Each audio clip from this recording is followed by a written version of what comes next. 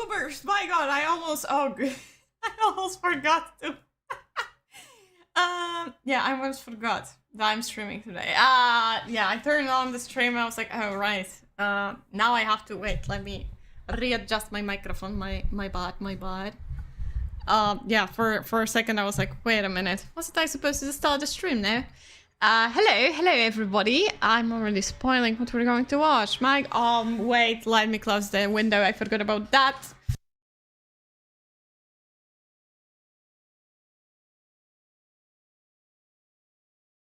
Okay, I am disorganized shit, but here I am now. Hello Menu, hello another. Hi Foxy, hi Foyren, hi Sheepsin. Today we gathered to watch some anime trailers, right? Because new season coming out and all of that soon. I'm fucked because I still haven't finished watching this season's anime and they're almost all over or starting second core soon. So that's fantastic, that's great, but hey. It doesn't stop me from seeking out brand new anime. BNA, I almost forgot, yes. My brain was focusing on something else. From Good News, I purchased the mic for our cooking streams. I still have not withdrawn the money from Throne. But because Amazon Prime has Amazon Days or something like that, and it was on sale. I was like, oh, it wasn't like a big sale, but still it's saved me up some money. So I was like, okay, so I'm going to purchase it now, and then I'll just get the money later. It will be hard. It will be hard catching up to the anime. Yeah, it will be hard.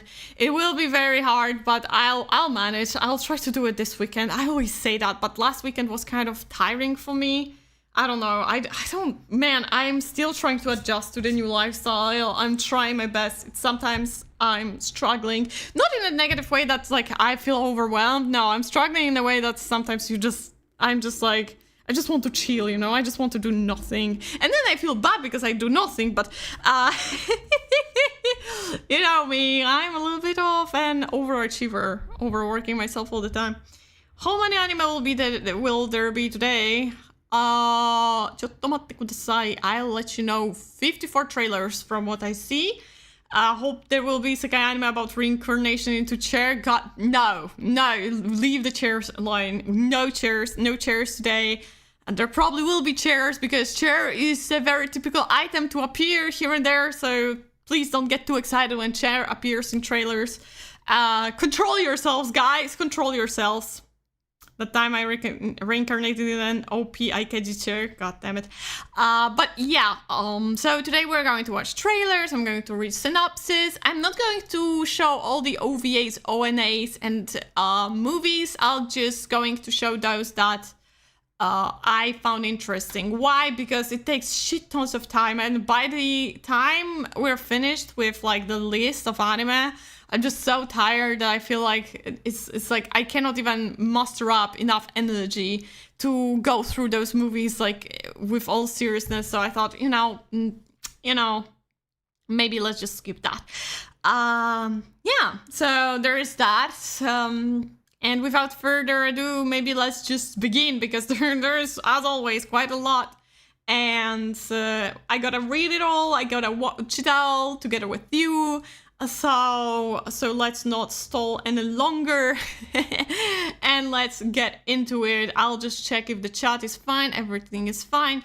A short reminder that my merch is still available. I decided that all the money I get from merch, I will not withdraw from Fourth Wall. I will keep it so I can like get you better deals next time I'm going to do merch, basically. So like maybe there will be freebies for fastest people or something like that, you know. I want to invest that into something good for you guys because I know things can be pricey, so I want to make sure that next time I can give you something extra. Yo, the person, yo, Blaspy, hello. So yeah, now I said that we can start with the first anime. As always, we start from those that come out the earliest, at least according to my anime list. So if you want to go to my anime list and follow up the list, because I'm not going to show it, you can go with this link. Let me just pin it so you can have it at all times. I don't know if it's like work with my filter, probably not, so just check, no, not filter, check the sort by start date, and you wrote the same list as I am, and you can follow it as I read it if you may not understand what I'm saying, which is basically pretty valid considering my weird ass accent and all of that. I love my accent, by the way, I love it, but yeah, absolutely. I just want you to be able to fully understand what's going on. Hello, Yuzu! The site told me the glass got shipped today. Let's go! I'm excited because I have to wait for my payment to purchase it myself, but I'm excited to see it. Can't wait to see 5 isekais loves this season. 5! Very specific number, Foxy. Let's see if it's going to be 5. Which one? Okay, which one what? Shipsin, which one what? Which isekai? Slop? Or what? Okay, so the first anime that has already come out, few episodes I believe, is Super no Ura de Yanisu Futari, which is smoking behind the supermarket with you. I've already seen a lot of people posting tweets with scenes from this anime, to the point that I feel like I've already seen the anime even though I have not watched it.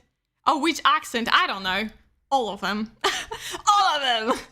I mean, when I did a test of accents, they told me 100% Polish, so I guess my Polish accent. You like my accent? I appreciate it. Thank you so much. Thank you so much. I grew to love my accent. I grew to love my voice. It was hard at the beginning, but now I'm just like, I'm, you know, having edited so many videos and shorts, I'm just like, I'm used to it by now. Okay. Synopsis of Smoking Behind the Supermarket with You. The sole thing that gets the middle-aged Sasaki through his soul-sucking job is a cheerful smile from Yamada, the young woman who works at a nearby 24-hour supermarket he frequents. After every tiring day of getting berated by his boss, Sasaki stops by the store to have his spirit healed by his favorite cashier. After a particularly grueling day, Sasaki shows up at the supermarket only to find that Yamada's shift has already ended. Disappointed, he searches for a place to smoke when a woman from behind the store calls him over to join her. The bold and dangerously playful Tamaya is quick to call out Sasaki's peculiar habit of always seeking out her coworker, even going as far as telling Yamada about Sasaki's vested interest in her. Now, in addition to seeing his adored cashier, Sasaki also visits the store to see if his new smoking partner, Tayama, is around. But there is more to Tayama's mischievousness that she initially lets on. With every cigarette, an unlikely friendship begins to blossom. Hello, Givan. Hi! I want the glass, but 170 with shipping. Ouch. Yeah, I know.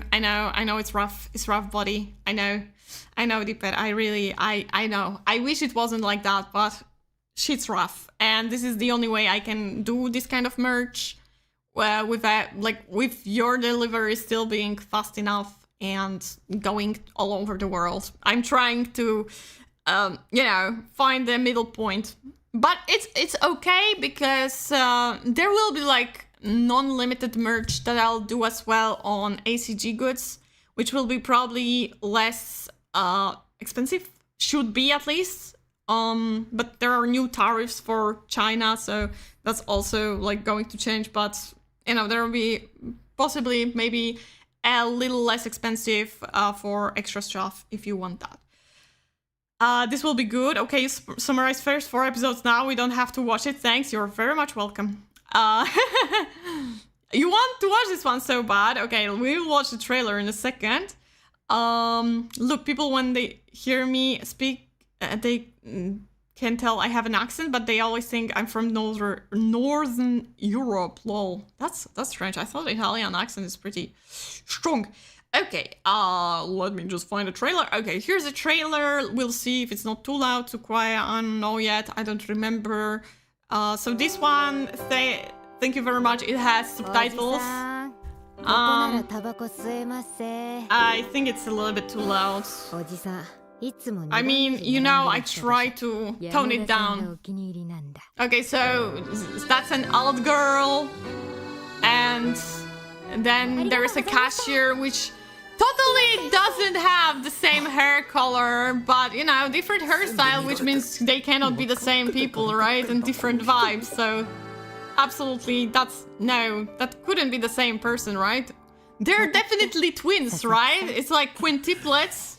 But only two people. I mean, two. Oh yeah. Oh my God. They really are spoiling that it's the same character in the trailer. Oh my God. They aren't even trying.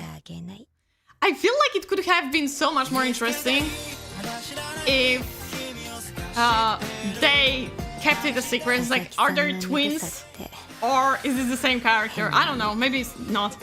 Dilf with a pretty cashier, okay. She hot, okay. I saw people call her like Makima. Child labor getting more expensive by the day, sad.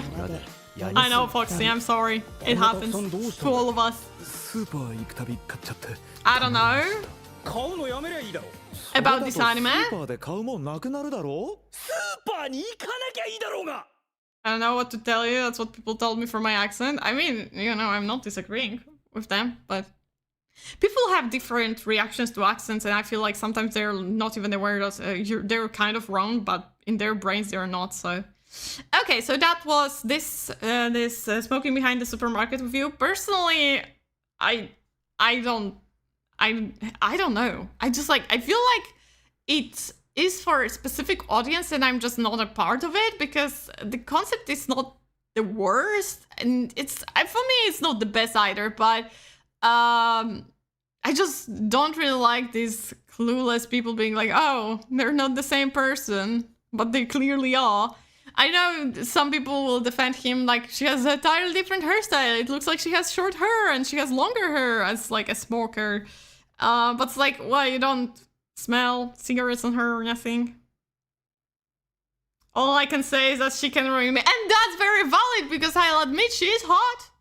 Better not twins, they would end up like that anime. No, it's okay, Benyo.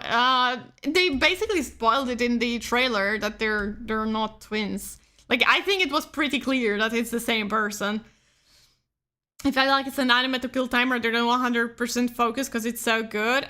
Yeah, I mean, that's more of like a slice of life kind of thing, but I feel like this is the kind of anime that gets you going, but then they start to over-dramatize the whole thing and it gets annoying. Instead of cutting it short and being like short, simple romance story that gives you like a lot of enjoyment for a short run, they try to, you know, extend it, to make it longer, to give more drama, and this is where they're losing me all the freaking time with those kind of anime. So I personally don't feel interested. I would say that probably it is a good anime, like decent enough anime, like enjoyable enough anime to watch it.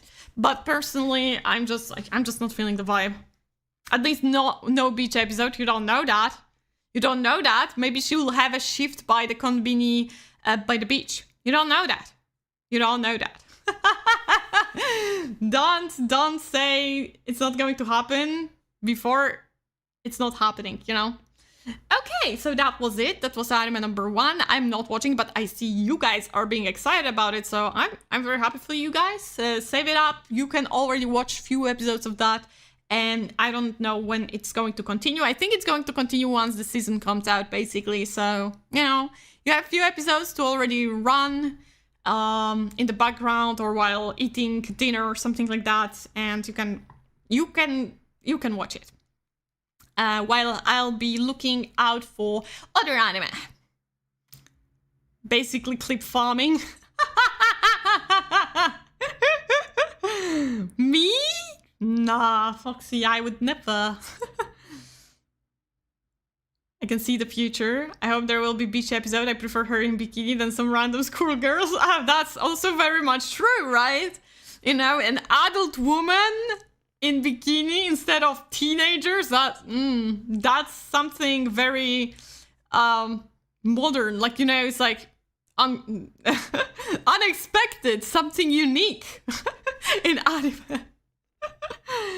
Okay, we have another anime on our list. heroine, seijo, yeah, all works made desu. My brain just like did such a huge fart when I read that because it started in kind of English, then went to Japanese, and then back to English, and then desu, and then it's like hokori, in parentheses. No, never mind. The English title, which is not half Japanese. Heroine, saint, no, I'm an all works made and proud of it. First is a guy. Okay, wait for it. Not you, the anime. Oh, okay. Thank God. You still did not realize that I'm clip forming all the time. Let's go. Okay, let's read the synopsis, okay? We still don't know if it's bad, even though it's isekai. I will become the world's most wonderful maid. With her skirt fluttering in black and white, the girl shouted. Her name is Melody, a reincarnated former Japanese girl. She now pursues her dream in her new life, working as an all-purpose maid for a poor count's family in the kingdom of Theolas.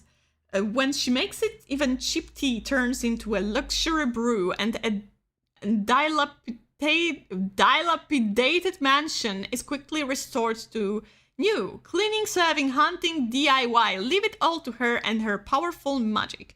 And best known to Melody, this world is actually an Otoma game. How unique. And she's the most powerful and invincible heroine. Great. The saint! Yet she remains oblivious to this fact. Fantastic. Romance with handsome man, attacks by the demon lord, work comes first. A fantasy of misunderstood work that unknowingly shatters destiny. This sounds so cringe, but let's watch it.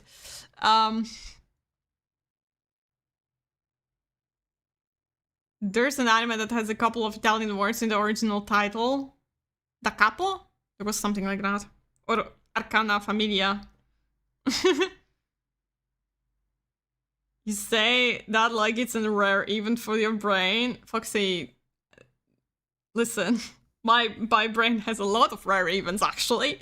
Thank you very much. There's no vomiting emoji on each. I'm sure there is like usual emoji. You can like, you know, like a classic emoji you can paste it. But yeah, I will have that in mind, Shipsy, whenever a new slot will be unlocked for an emoji. Just for you, you know? I wonder for how long will she be oblivious to the power? Clueless. Clueless indeed. There is, you see? There is. Okay, let's watch the trailer.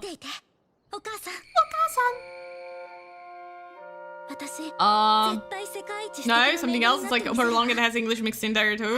Then I don't know. I mean, maybe I know, but I don't remember. Oh my god.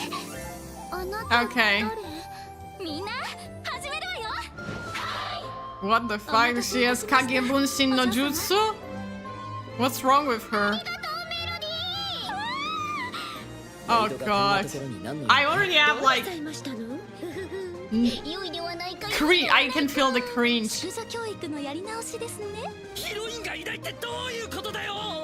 It's trying so hard to be funny. This is the type of anime that just tries so hard to be funny, and I hate this kind of anime. I despise this kind of anime. I'm so done with those. Okay, yeah. Yoroshiku onegaishimasu. Goshujin-sama, fuck off. We don't want to watch that. No. Absolute trash. Moving on. Moving on, we have nothing else to see here. Naruto from eBay. I watched first episode. It's basically PowerPoint Plus. I'm not looking. I'm pretending to not to see, not to hear. I'm happy that we all have the same feelings about this one. So let's move to another shitty thing.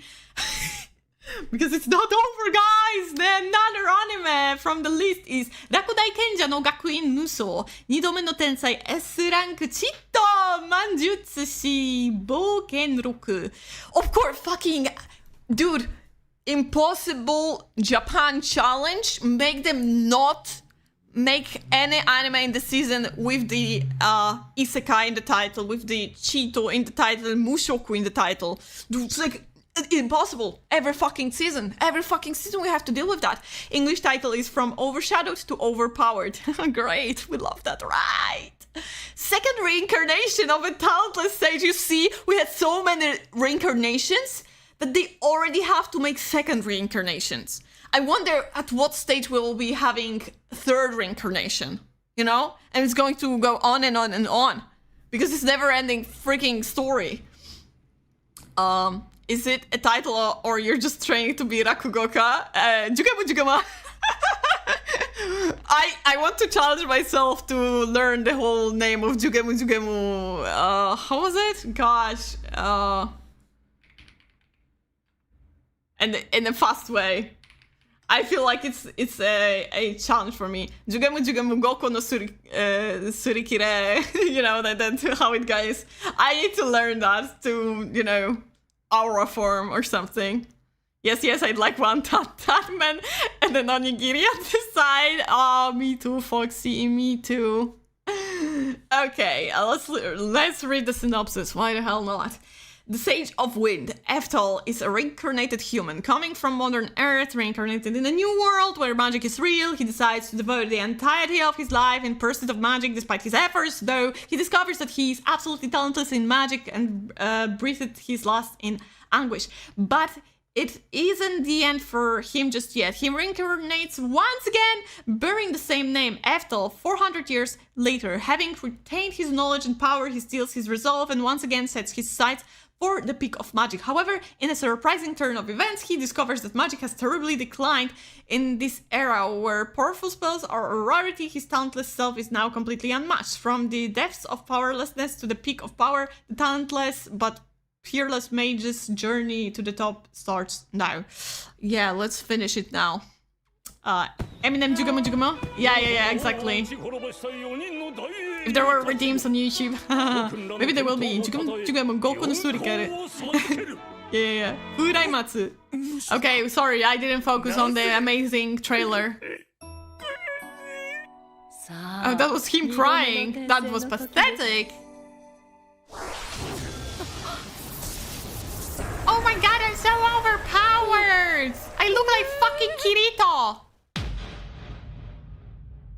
In the world of Kiritos and Sanjin Woos. I don't know how I want to finish this thought. I don't think I want to. I still feel like the trailer is a little bit too... They're too loud a little bit. I'm sorry, I'm going to tune it down. Of course!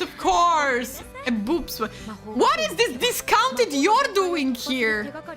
I mean, I don't know. She kind of looked like Yor for a moment. Maybe I'm like over exaggerating now, but my god, it's like look at that. Wait,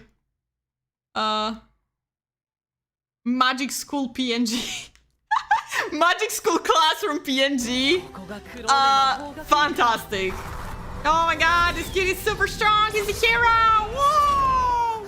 She's so fast. Oh my, oh great. We have Emilia in here as well. God, it's already discounted. Lol. Okay, fair enough, but I'm only watching it for Mother. Have some respect for yourself, baby. Just skip to the scenes with Mother. Don't watch the rest. It's not worth it. Just watch for the Mother. You know what you should do, Vinu? You should like watch like speedrun watching anime like ×4, and you just like download the episodes and cut the clips of like the hottest women and make an entire YouTube account of like clips from anime with hot ladies. And I think there is a niche for this kind of content. Yeah, that's actually, I feel like it would. Yeah, I think that's the future of YouTube content. Because then you don't have to watch anime and you can only watch like, you know, scenes from the anime that are shitty because you want to appreciate hot ladies. Zero knockoff. I think it's like, it's giving it a lot to call it a ReZero knockoff. It's not even trying to be a knock, it's just shitty. You know, like, if it was a ReZero knockoff, I feel like it would at least try. In here, nothing is trying.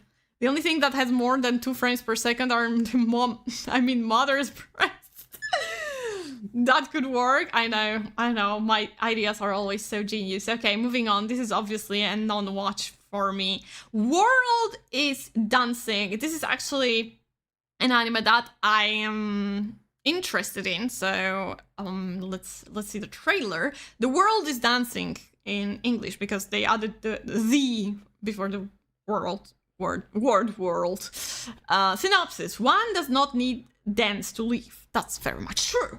In 1374, during the turbulent age when the northern and southern courts were locked in conflict, the northern court's shogun, Ashikaga Yoshimitsu, was becoming an increasingly dominant force. Born the son of Kanami, head of the Kanze troupe of Saru Gaku performance, Oniyasha drifts through his days with a hazy question lodged in the heart.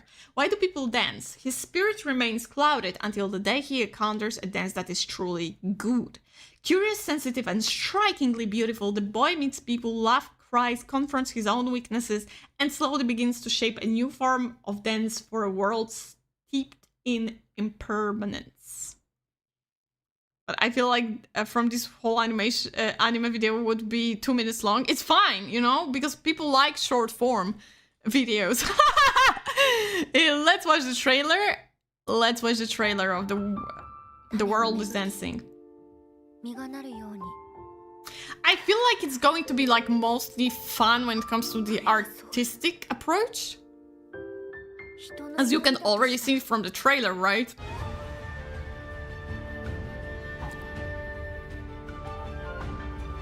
But I want to check it on my own. Like, I definitely want to see how it will look. It may be nice visually only though, but I hope that the story will also somehow be intriguing. Because from the animation only, I'm sold. And that's it. That's it from the trailer, so I hope you enjoyed that. For me, that's a plan to watch.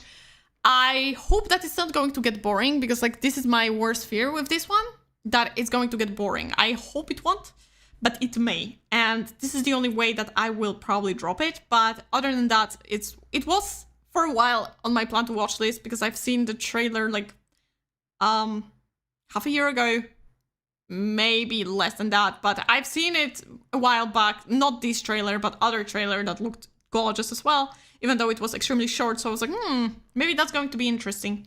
The first scene gives me Dan Da Dan first season vibes, right? The one with like ballet dancer. Oh, yeah, absolutely. That's why I hope like there will be a story following up this amazing art style, but it's not always the way it happens. So I don't know. We'll see. I hope for something good.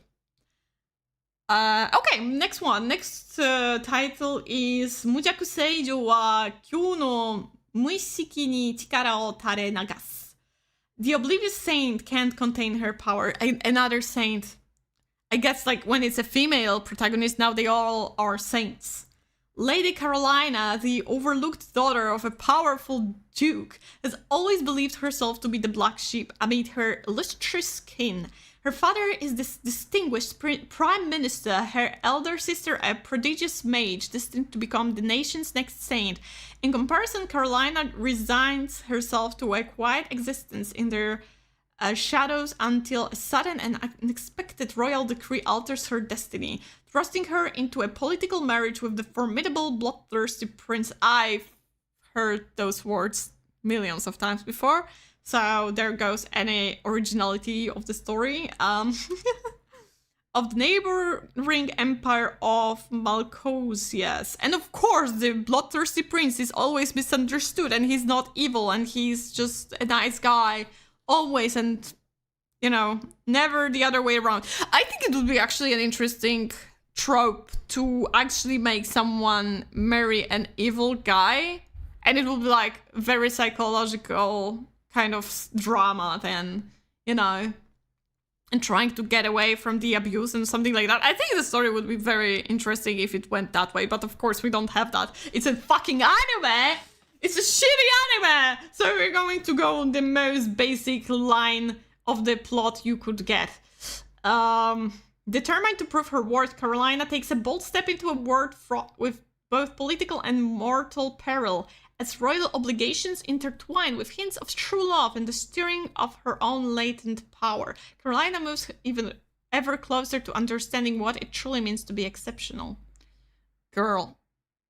Girl. Girl. It would be cool if he was Formula 1 racer.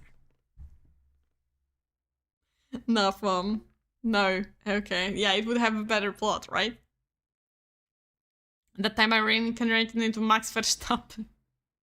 Let's watch the trailer. Carolina. Never mind, not Carolina. I said it as if it was a North Carolina. Okay, give me this terrible, bloodthirsty man that's obviously an Ikemen. Or Bishonen. Okay, at least he's buff. At least he's buff and not a twink. Okay?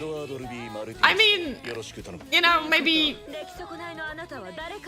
not like the beefest of guys that I've ever seen, but at least he's not a Twinkie blonde, and we usually get, well, no, not Twinkie blonde, but like, you know, Twinkie black-haired guy. I'm sorry, I forgot he was supposed to be bloodthirsty.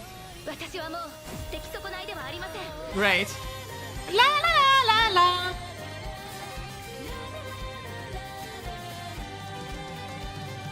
Why is it low-key Latino? And of course, her sister loves her because of that. Great, we love that. Basically, Cinderella's story, but with a little bit of extra layers of something that's absolutely... I mean, he's called Martinez and Sanchez. Okay, Latino works. I cannot believe that. I was like trying to make fun of, oh, it's a fantasy and they're using some kind of like Latino guitar, but they're called Sanchez, Martinez. I'm sorry. And then there is someone who is called Klein, so of course. But Garcia as well. So at least they gave a concept of opening to or ending to match the theme, I guess. I don't know. Okay, let's move on. That's an obvious skip. Okay, my favorite titles with number of levels. Level Reberu. That will be 999 no Murabito, the villager of level 999. Woo! Woohoo! I love levels. In this world, the concept of levels exists. No shit, Sherlock. Other than those who live off defeating monsters, most people are only around level 1 to 5. What's more, not just anyone can go out to hunt monsters. It's heavily influenced by one's role anointed by God. Also very overused concept. By this point, there are 8 such eligible roles: warrior, fighter, cleric, magician, rogue, merchant, hunter, sorcerer. I'm sorry, but how is merchant the right one to fight against? What? Make it make sense. Make it make sense. The rest? Okay. But the merchant? Those blessed with extraordinary power are divided into 3 types: royalty, heroes, sages. But for the majority of the population, they have no such powers and live by farming or running shops. Those are developed by those with the weakest role, villagers. And of course, our protagonist is a villager, isn't he? For the powerless villagers, going out to hunt monsters is equivalent to committing suicide. But one day, a certain 2-year-old child given the role of villager notices something. 2-year-old, mind you! 2 years old aren't even having, like, their brain developed yet. What are you on? Once you defeat a monster, you can earn great wealth. 2 years old! Child! Do they even know how children work? Do they even know how the human being develops with age? Peasant 999 would sound cooler. It would sound like someone's nickname on chat, right? I guess I'll be soul leveling. I didn't think of Cinderella. I thought about Snow White. Snow White doesn't have the sister though. Okay. But we'll come back to Cinderella, don't worry, because I'm pretty sure this season there's an anime that uses Cinderella trope. Let's watch the trailer. Fuck that. Free City Varmon. Okay. Wow. Amazing. Oh my god, they look awful. Of course it's Kadokawa. Kadokawa loves this kind of shit. I don't know how much Kadokawa like puts money into this kind of shitty series, but it's insane. Okay, yeah, sure. Okay, where's our protagonist? Because obviously that's not the one. Oh, okay, we already got spoiled because he has black hair. Protagonist never has blonde hair unless it's Naruto. Or Edward, Rick, I guess. Oh, speaking of Kadokawa, the contest! The writing contest! Oh, Yojo Senki, never mind. I thought you will be mentioning that's another writing contest from Kadokawa. I've seen this character somewhere. They're just overusing the same designs everywhere. Never mind.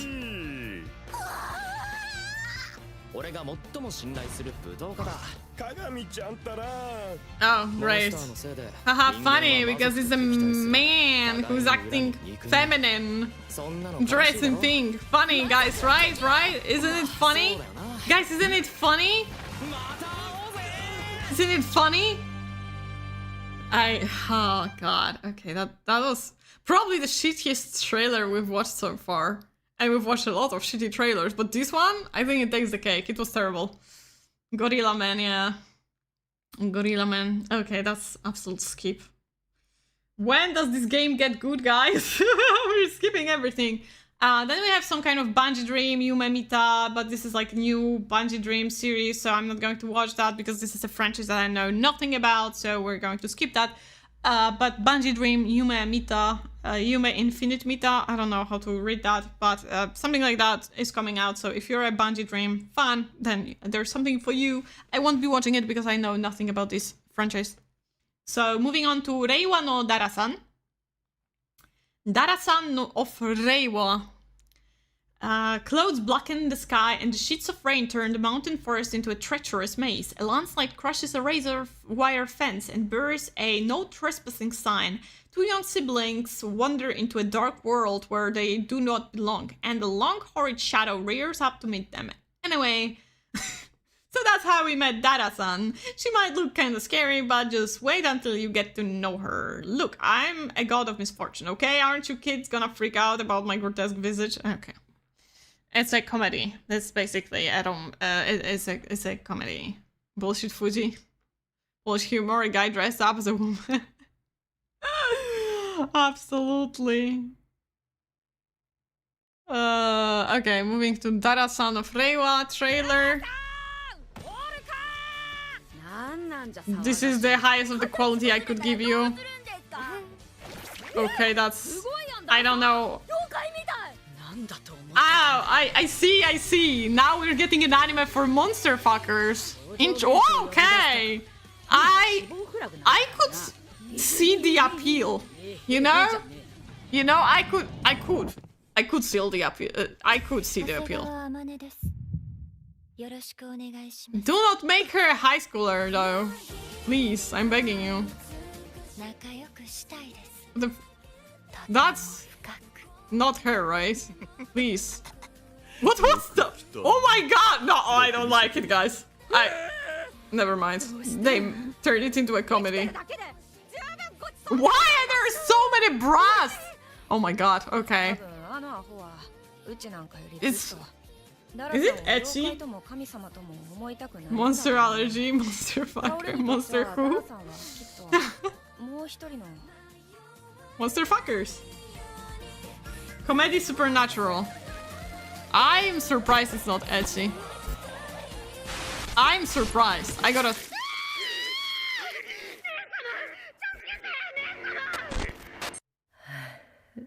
I feel like it's the type of comedy that they try to give it a lore, a story behind it, but then it's like flops so hard because it doesn't really fit into the rest of the series that you just don't care about it. Monster allergy. I don't... I mean, I'm looking at the poster and I still cannot believe that it's not an ecchi at least. I may or may not check out the first episode and see the level of cringe it is, but I feel like it's not going to be something that I'm going to be watching, so I will check it out, even if just skipping through to see how the vibes are. But yeah, I don't think it's something that I'll be watching until the very end. Next one is the poster is something else. If only you could see, guys. But I'm too lazy to throw it at you, so you have to go to the link and see Reiwa no Dara-san and see how the poster looks like. But it is something else. It's absolutely is something else.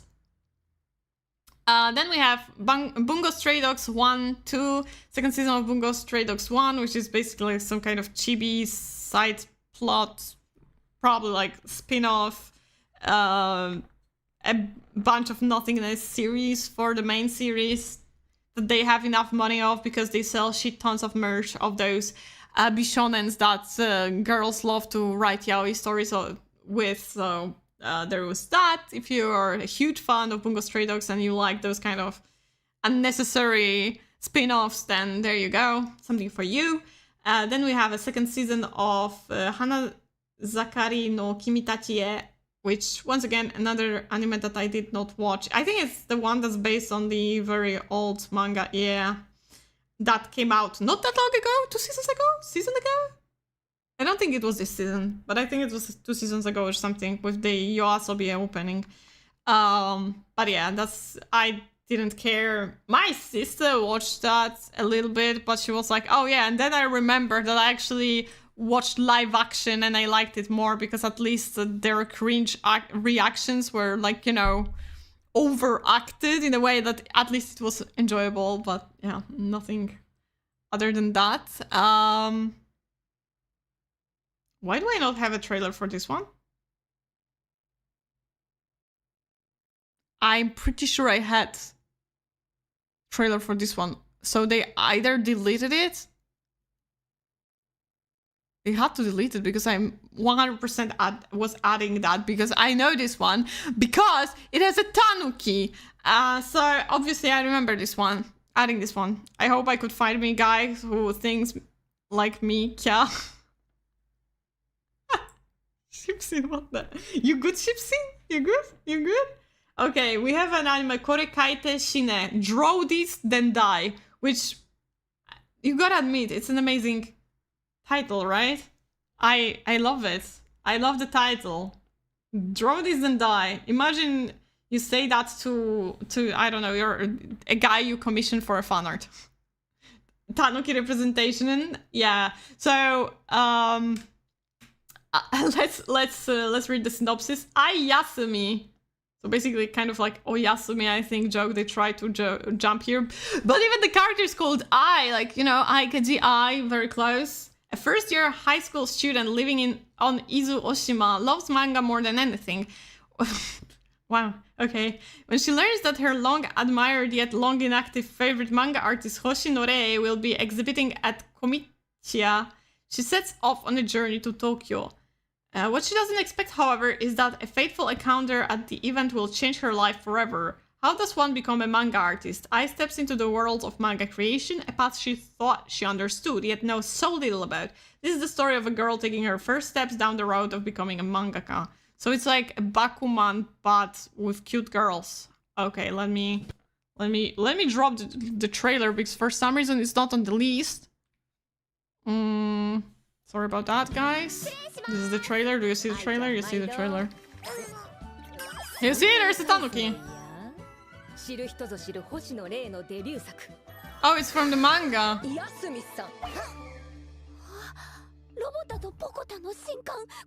Oh, Pokotan. Okay, that's why she's a tanuki.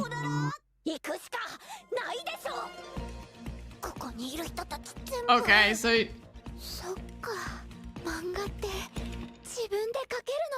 Oh my god, you can draw on your own? That's insane.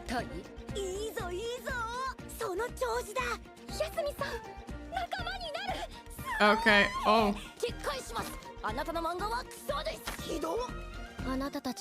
Oh, great. And then we have a tired girl. Okay, so she meets and then she's like, yeah, you can draw your own manga. And then they start their own manga club. I see. I see. And one is good at drawing, the other one is good at writing, you know. And then by the end of the show, our protagonist will be like, oh no, I'm not good at anything. But they will be like, but you put us all together and you have the love for manga and that's all that matters. I can see the whole scenario setting out there. So yeah. So it's like about mangaka who thought it was fun to draw, then she felt the pressure of deadline. I think it's about mangaka who says it's not that easy, and then the girls are bet we're going to draw our own manga. I mean, the protagonist does, and then she meets other girls each episode, and as I said, by the end she will start doubting herself, but then she remembers that it's all fun and she loves the manga, so she will keep on going even though she's not the best at anything in comparison to other girls who have their special skills. Power of friendship anime, absolutely. It's good to have a reminder not only isekais are shitty repeatable tropes. You're welcome, Shipsin. You're welcome. Okay, wait, let me... I lost what okay, there we go. There we go, moving on. Yeah, that's a skip. Even though it has a tanuki, it's like not enough to convince me. Also, this tanuki is kind of, I don't know, not the best design, personally. Okay. Moving on to Otome Kaiju Caramelizer. Kaiju Girl Caramelize. Or whatever, I don't know. Kuroe Kaishi is an introverted, quiet, and seemingly normal high school girl. Though accustomed to being alone, her dreary days begin to change when she meets Arata Minami, a bright and handsome boy in her class. Despite his popular status, he is kind enough to reach out to an outcast like her. Soon, Kuroe finds her heart begins to pound around him.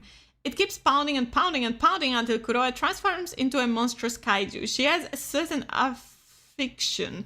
As her embarrassment grows, so do the monstrous appendages from her body. And when it hits a peak, she unleashes the full extent of her transformation. At the same time, Beauty meets the kaiju and Japan faces off against the looming threat of the mysterious monster. Can Minami accept her feelings, or will he too be frightened off by her colossal form? Depending on his decision, the world might experience the full devastation of a girl's heart-pumping, youthful love. Great.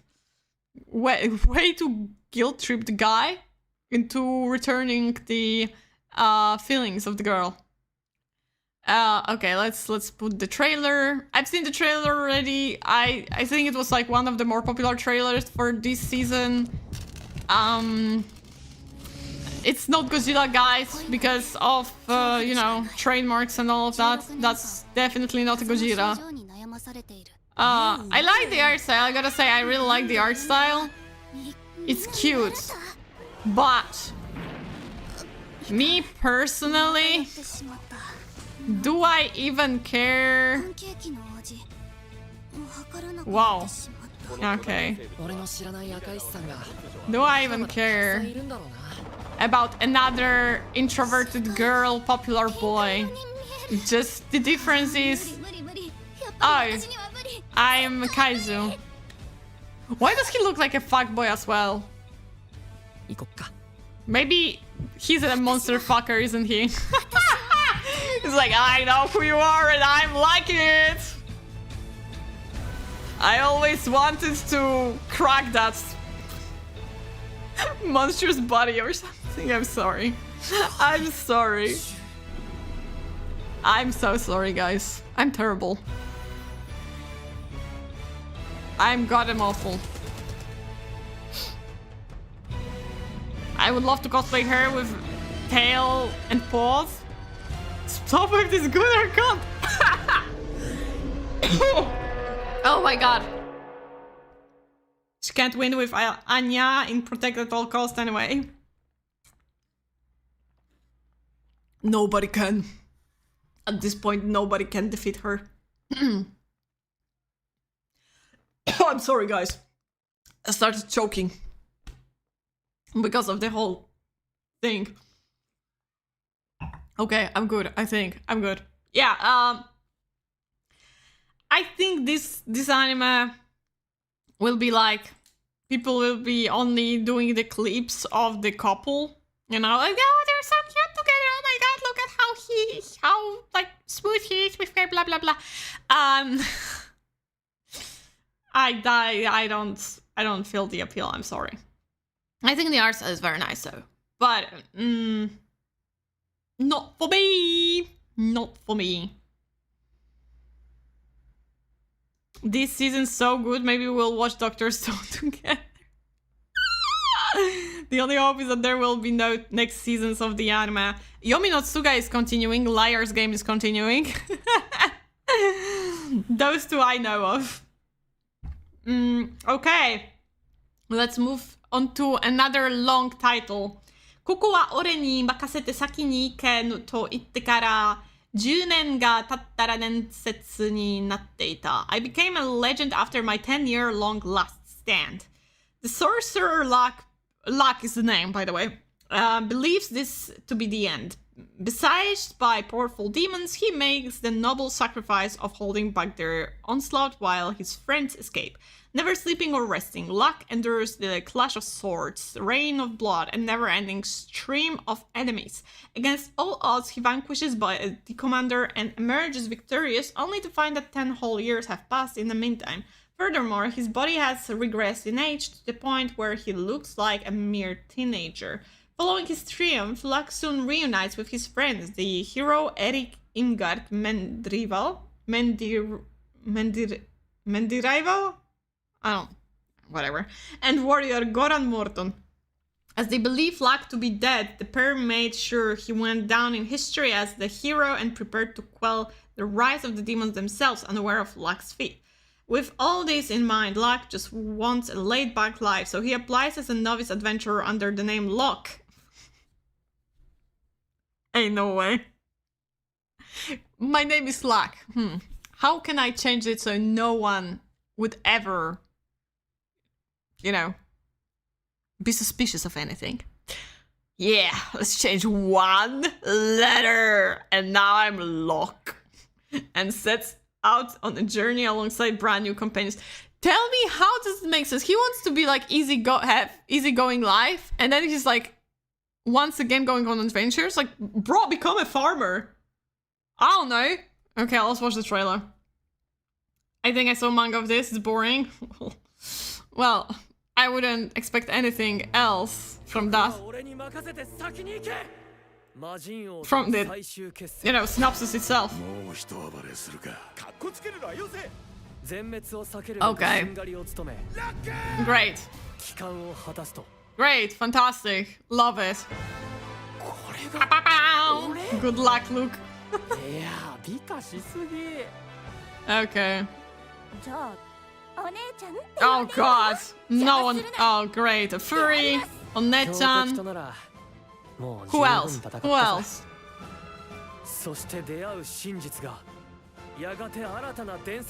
That's it? He doesn't have that many girls in his harem.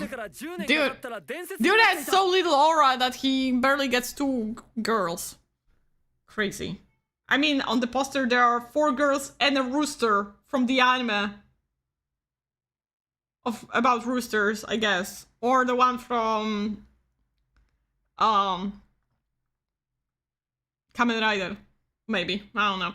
Okay. Yeah, that's another skip. Though, seriously, when does this season get good? Moving on to Yani Neko. Yani is a cat girl with a seriously bad smoking habit. She smokes so much that her apartment smells like ash and is littered with cigarette butts and plenty of other trash. Every time she tries to quit, she becomes weak to the cravings and gives in almost instantly. Will she ever get her life together, or is she doomed to live as a chain-smoking slob forever? Is it the state the anime is in right now? Let's watch the trailer. It's literally Luck, yeah. Yeah, it's Luck, his name. Okay. The animation is good, what the fuck? What? Yeah, so we have this anime, cat girl, smoking. let's make the best backgrounds ever for this one, okay? And they're like, yeah, because it's cut girl, you know?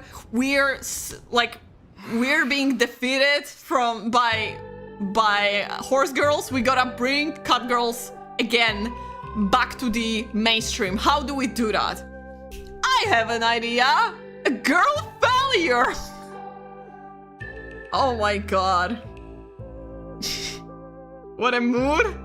Anime of the season. It feels like your anime, Benyo, not gonna lie. I don't know what it says about you, but... yeah.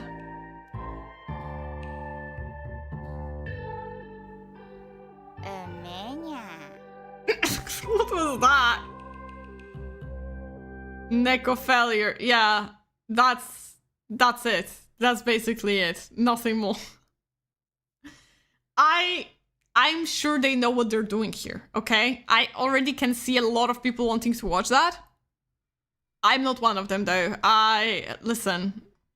Listen, I like them girlies, you know, I like hot women, but you know, like I need them hot in a way, you know? Like this is not something that speaks to me as hot. Mania. Lamal, I saw the girl and thought Binya's gonna like it for sure. Dude, I'm excited for this one. I knew it. I knew like it has, I feel like it has like a lot of audience that will be interested in it.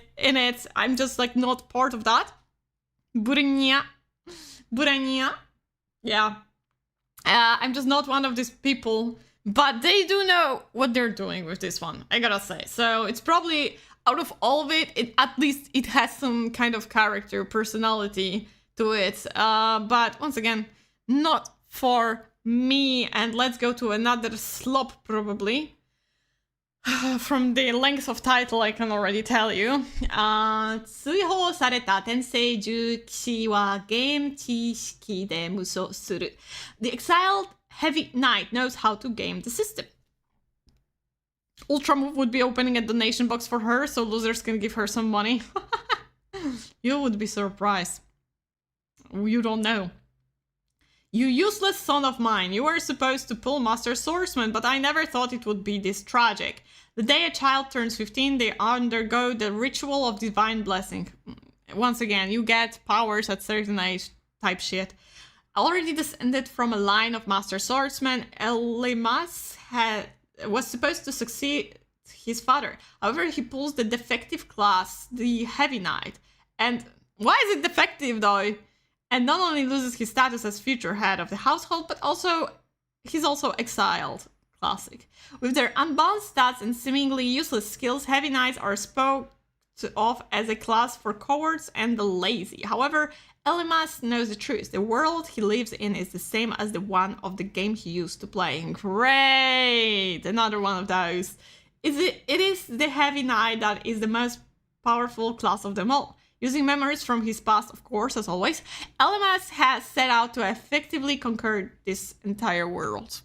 Great, let's watch the trailer. And oh my god, what's that?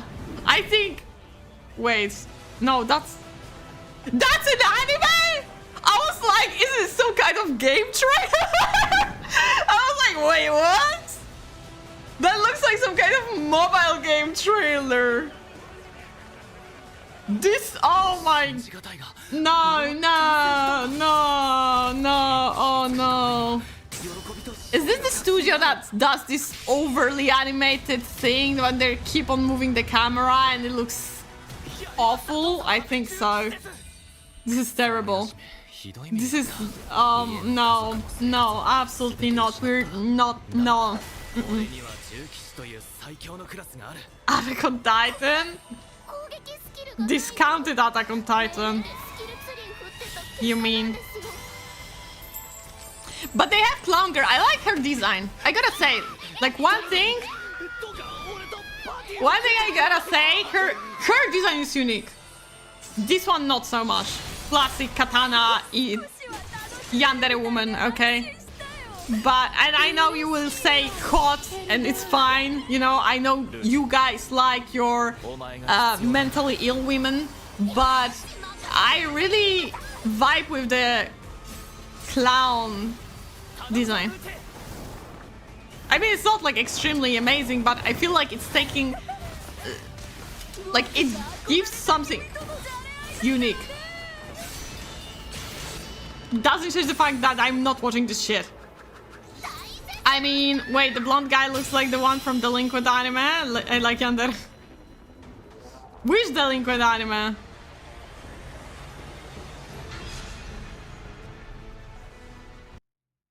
Okay, that was it. Which Delinquent Anime? This guy? I don't know. I don't know, man. I don't know. Anyways, yeah, that's a skip. Manjiro-san. Mikey! Nah. But then again, someone would really have to look like specific character from Tokere for me to be like, yes, that's it. It's because of his eyebrows. He reminds me more because of the eyebrows. He reminds me more of the pirate guy from Dr. Stone. I mean, pirate guy. He dresses up as a pirate. I don't know if he's a pirate. The crazy guy. Especially in this phase, he reminds me of him. Finally, something good, maybe, hopefully, because I heard a lot of good things about it. Tenmaku no Jadugar. Jadugar, a witch in Mongolia. I don't know if you read it like that because, you know, I don't know Mongolian.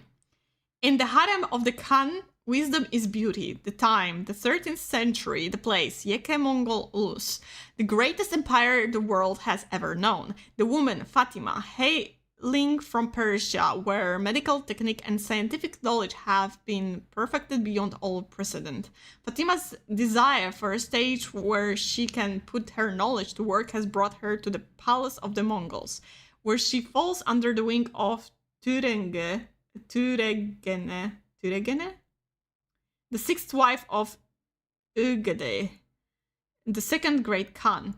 A mighty woman with complicated feelings about the direction of the empire. These two women are the axle upon which the politics of the palace and soon the very world will turn. Let's watch the trailer. Please don't show me clowns. I had bad experience last D&D session, lol. Skill issue, lol. And it's by Science Saru as well. That's kind of cool.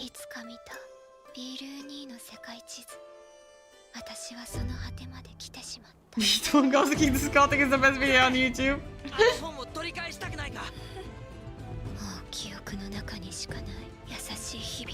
I like the vibe of it, you know? I really like the vibe, the art style. Ah, it's so cool. But will the plot be interesting enough? That's the question. That's the question. Let's get down to business to defeat the horns. Oh! Sekai no Aristera. Okay, I like Sekai no Ari. 世界中の全員が全員自分の立場をはっきり割り切れるわけじゃない。 Oh, there will be Mongolian songs, guys. I think that's worth watching it for that. You know? Mongolian songs, guys. Mongolian songs.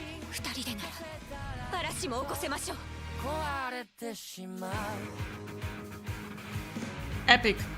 Okay. Yeah, they convinced me. They convinced me. I like the style. I like the style as well. It's one of those anime that stand out for their uniqueness. Yeah, but will it hold up something more than that, right?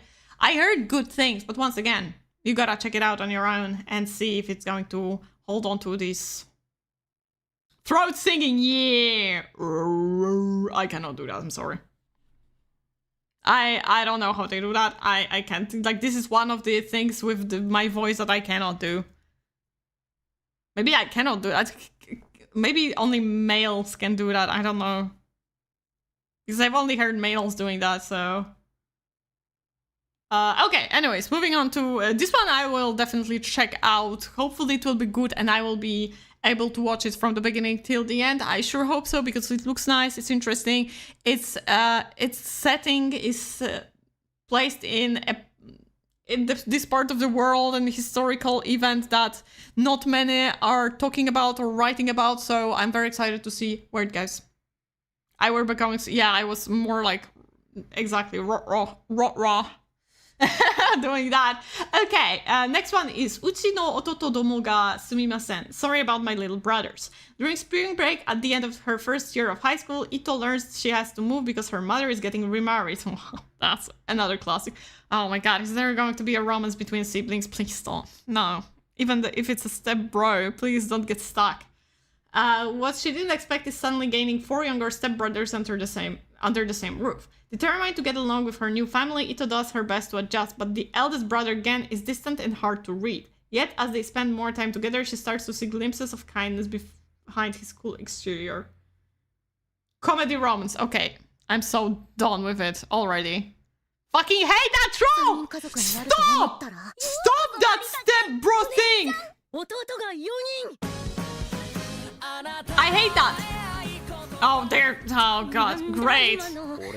Great. Fantastic. Great. I love when they are step siblings and they suddenly fall in love, you know? Great. Yeah. Fantastic. Mike, nah. Oh. Stop it! Ew. Bro! That's your sister! You sick fuck! I know you're not blood related, it doesn't change the fact! Yeah, Kyodai! Kyodai my ass! Kyodai my ass! And of course, every character, every brother will have their own stories. Beside, obviously, the main ship, which is once again kind of disgusting. And she will get closer to them, and of course, he's the tsundere one. No, please, no. See you later. Oh, bye, Benyo, bye, Benyo. I mean, this is a fantastic way to leave because. Yeah, call. Yeah, call him out when it's all about romance in this anime. Well, no, that's absolutely not. I hate that trope. I hope one day they'll stop doing that because I'm so freaking done with that. Make it stop. Okay, that's definitely a big no-no. That's going on the red list of we don't watch that. Next one we have Helmut Yari Komizu no Gamer wa Hai Settei no Isekai de Muso Suru. Second season, which I did not watch the first one. It sounds like us, so we're not going to give it any attention. Next one is Pan no Akachan, which has no synopsis, and you will understand why from the trailer. I'm giving you a trailer right now. Yeah, so you can imagine why it doesn't have any trailer, although you can as well say, what do you mean, Aikeji? It's anime like any other, right? Right. Right. And I mean, admittedly, it's probably better than all those isekais, right? And the voice acting, guys, banging. You gotta admit that, right? Fun fact, according to Romans, the god Ares is the son of two goddesses. The goddess Hera with the nymph Chloris. Chloris made a fruit for Hera to eat, from which she got pregnant with the god Ares. Thanks, MRH, LL, RTHR. I don't mind having fun facts that are, you know, teaching you something new, so I appreciate that. A lot of Mimi. Babies of bread. That's the anime, basically. Wait, stop. We're not watching this trailer yet. Because we need to read the synopsis first. Obviously, Pan no Akachan, yeah, not my vibe. I know, surprising because it looked big, but definitely not watching that one. Moving on to Iwamoto Senpai no Suisen. Recommendation from Mr. Iwamoto. The 1910s Iwamoto Kodo, a student at Suho Junior High School under direct command of the army, is investigating paranormal phenomena across the country as per military instruction. In a village rumored to have black snow, he meets a boy with special powers who believes them to be an illness. Through Iwamoto's support, he realizes they might have something in common and receives a recommendation to the school. Mysteries await Iwamoto at each place he visits. A romantic tale of this era begins to unravel. I read it, but I understood nothing. Let's watch the trailer. Oh, and he Back the... Why did he delete the comment? Why? Maybe he didn't want to be appreciated. I'm sorry that I appreciate your comment. This is just an anime full of handsome guys for girls to simp over. I'm sorry, but the guys that I'm interested in are usually more buff, and those looks like fuckboys. Not exactly feeling the vibe, really. Oh, there is a pink-haired girl. Never mind, there's a one woman. One token woman. This is... Unless the woman is actually a man, I don't know. I don't trust them. It looks like queer-baiting anime. Queer-bait the anime. Which sometimes I don't mind, but in here, they didn't show me anything interesting, really. Like, there was nothing interesting. Maybe that's a guy, because it's in a uniform, never mind. This is the dream for the yaoi fans. Yeah, I don't have anything against yaoi. I used to, but I have nothing against yaoi. It's just like, I don't find them interesting. So, I'm going to skip that one and move on to another anime, Neko to Ryu. Deep in the forest, where ferocious beasts and magical creatures dwell, a cat takes in an orphaned baby dragon as one of her own. It's like reverse fairy tale. It's like if Happy found Natsu's egg, not the other way around. Obviously, Natsu's not from the egg, but, you know. Let's watch the trailer. Let's watch the trailer. Unfortunately, we don't have subtitles. I'm tolerant as much as I can, but... Let's go, Shipsin. Say it out loud. Or are you making fun of me? I don't mind it though. I am tolerant as much as I can, but come on.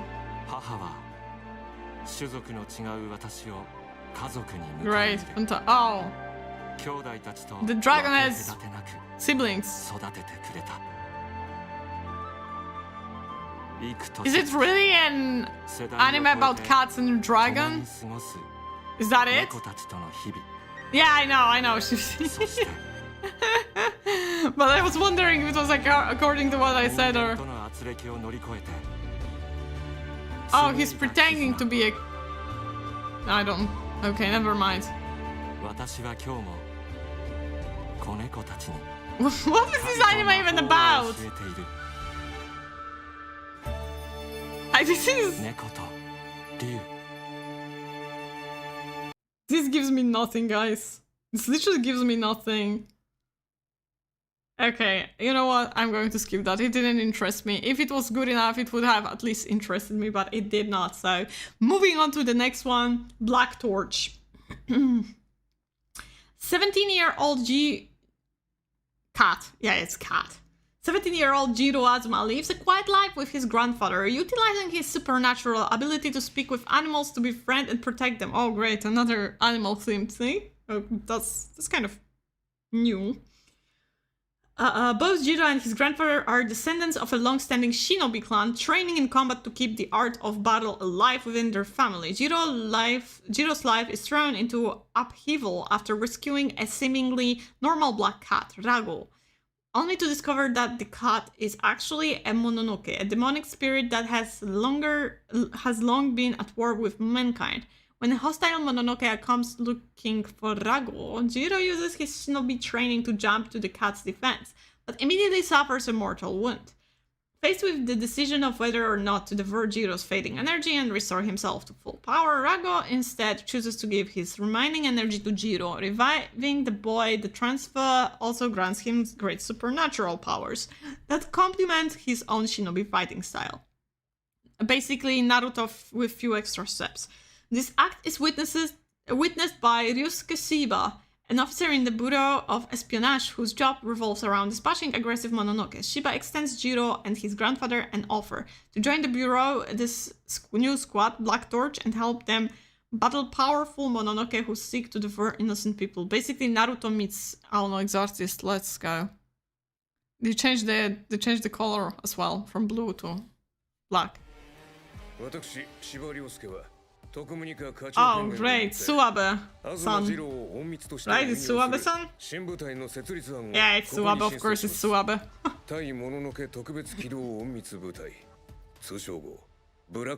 Yeah, give me more shonen-esque shonen this season. Love Accessory, what the fuck, vibes? Hello? But I'm no queen of chairs, I don't think so.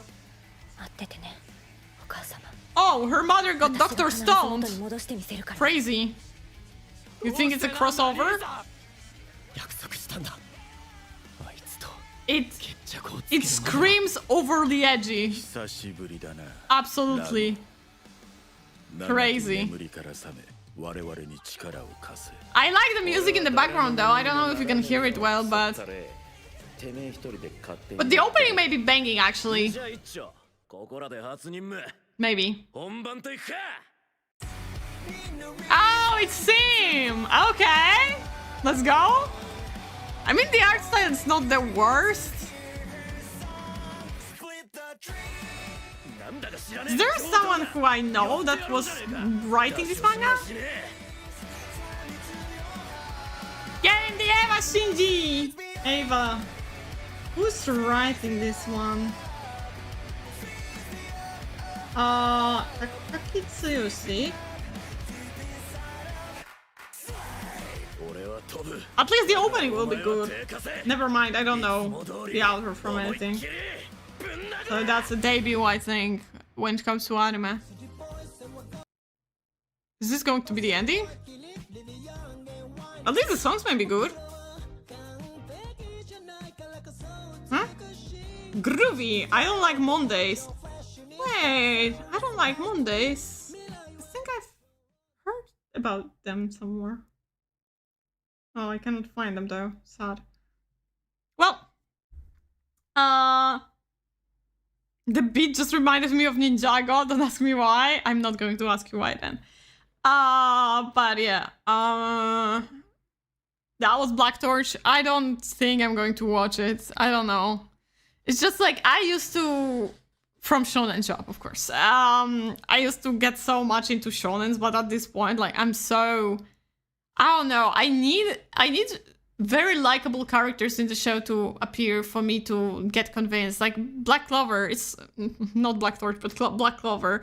It's nothing special, but I don't know. The characters for me were so like, not all of them, but like most of the cast, I just like started caring about. I just liked them. I just felt the warmth in my ice cold heart, you know, and that's what I need from shonens. And I feel like the newest shonens don't give that to me, and I wish they did. But then we go to the next anime on the list, which is the one that I think I'm the most excited about, if I'm not wrong. I'm pretty sure it's one I'm most excited about. 20世紀 Denki Mokuroku Eureka Evrika. Sparks of Tomorrow in English, which I like the English title for once better. In an alternative version of the early 20th century where technological progress evolved along a different path shaped by steam power, Kyoto is blanketed in constant smoke. A boy hardened by the loss of his brother grows distrustful after their shared dream of an age of electricity is cut short. A deeply devout girl hides her dreams and regrets for her deceased mother deep within her heart. When the two cross paths, they set about exploring the secrets of the 20th century electrical catalog, a glimpse into the future they long for. Together they must confront their past and carve a path towards the future they once believed in. Steampunk, nice, yeah. Lack of chairs is huge mark. I agree. Oh, come on. How's everyone doing? All good, all good. I ordered the wireless mic for cooking streams, so that's good. It was on sale, so that was even better. And yeah, and soon we have a weekend, so I feel even better about that. Let's watch the trailer. And this one is from KyoAni. And I don't know, this trailer is like, oof. It's so cool. When I first saw it, I was like, wow, I love it. I love it. There's so much energy. And also the concept is interesting. I love the expressions, I love the backgrounds, I love the concept. It's fun. It looks fun.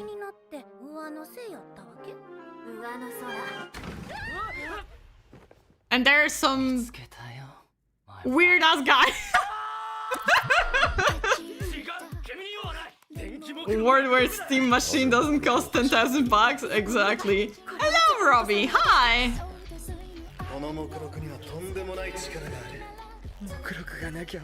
I'm excited about this one. It looks beautiful. The concept is fun. Ah! I really hope it's going to be good, because if it won't, I'm going to cry. This is the one thing that I am extremely looking forward to. It just, you know, it feels like adventure. It feels like an adventure that you can watch. And I'm missing that feeling of like, feeling like, oh, I'm going on an adventure while watching anime. Where is Volta when you need him? I don't know who Volta is. Probably the guy who did something with electricity.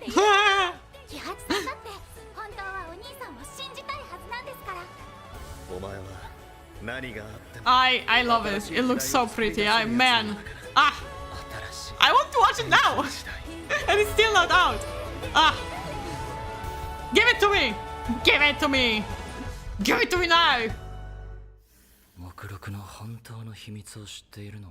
I love the aesthetic of that. Like, look at this! It's so good! Okay, and it's only on Netflix. Wait, is it July? I was like, already June? It's already out? And it's Sandra Volta, the scientist. Yeah, I kind of guessed. Yeah, so this is the one that I'm most excited about, and that's for me a must watch. I hope it will be. I sure hope it will be good, because I need it to be good. I don't like being disappointed, guys, when something looks like it has potential, especially. But let's move to something less exciting, which is another long-ass title of Kimi wo aisuru ki wa nai to itta jiki koushaku sama ga nazeka dekiai shitekimasu. The production values looks amazing. Definitely have to check this out. And yeah, Teshin, please do, please do. I hope it will be good. Like, if I will be hyping it up so much, and then you will be like, oh, Aikeji said it's going to be good, and then you go watch it and it's shit, I would be so embarrassed. Please don't fuck it up. I know it's from Netflix, so you can never trust Netflix, but in this case, it looks beautiful. So hopefully this one will not disappoint. Okay, the Duke's son claims he won't love me, yet showers me with adoration, is the title in English. Elsa, daughter of a fallen aristocrat, receives a marriage proposal from Julius, an elite aristocrat. Why would such a noble man marry me? Elsa was perplexed, but after the wedding, Julius, who until then had been kind and gentle, changed his mind. Huh? Wait, what? I don't understand. Okay, let's just watch the trailer. So what, he was like, okay, let's get married, and he's like, actually, no. Actually, no. But then again, it's like, he won't love me. Is he at tsundere? That's the thing? He doesn't look like a tsundere. Honestly, he looks boring. They both look boring.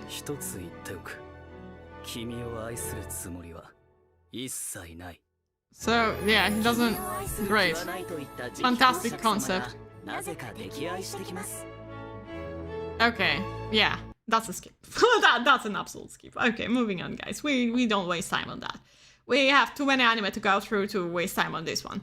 We have Sekai Saikyou no Koei Meikyukoku no Shinji Tansakusha. The world's strongest rear guard. Of course, every freaking position in the freaking RPG game will have an anime.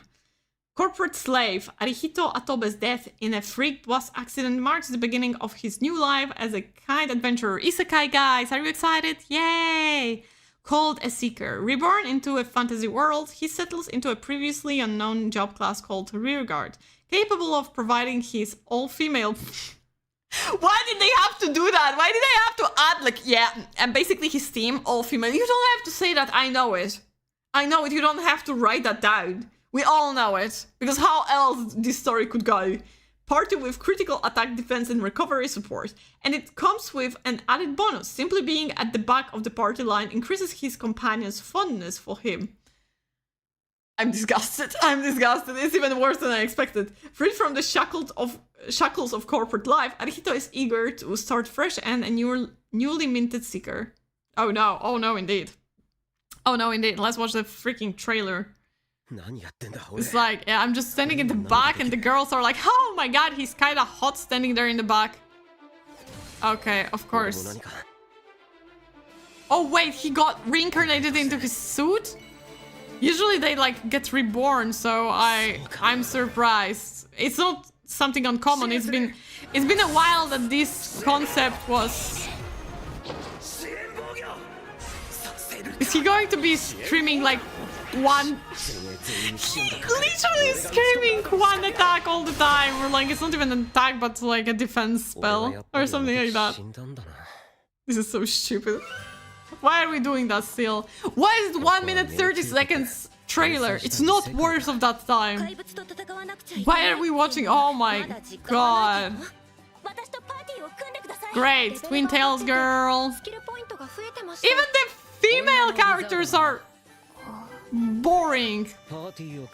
This one has the only, you know, some kind of uniqueness to it.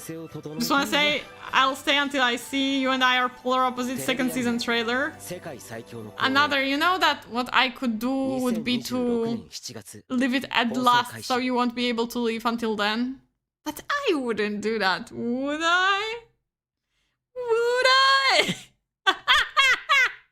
Would I now? Would I be such an asshole to do that? Let me think. Should I? Girls with twin tails are always at tsundere. Yeah, that's the rule. Lol. Okay, moving on to the next anime. This one is an obvious skip if that wasn't too obvious for me. Tetsubane no Jan. Iron Walk Jan. The original Iron Walk Jan manga centers on a brilliant young chef named Jan Akiyama who works at a top-class restaurant where he is constantly challenging Kiriko Gobancho, the granddaughter of the restaurant's owner and a great chef in her own right. While Kiriko believes that food should be made with the customer in mind, Jan believes that cooking should be used for competition. dude, like you are in the wrong anime. There's an anime called Food Wars. You would find yourself there pretty nicely. But yeah, let's watch the trailer. It is what it is, lol. Nah, I won't do that, don't worry. Wow.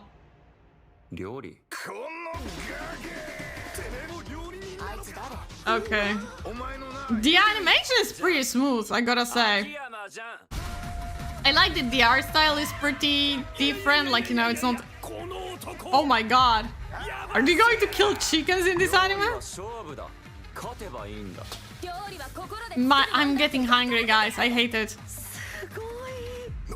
That was this guy's sound? Or maybe that was a girl, because it sounded very feminine. Gordon Ramsay the anime? Yeah. Oh my god, I'm getting hungry, guys. That's bad. That's bad.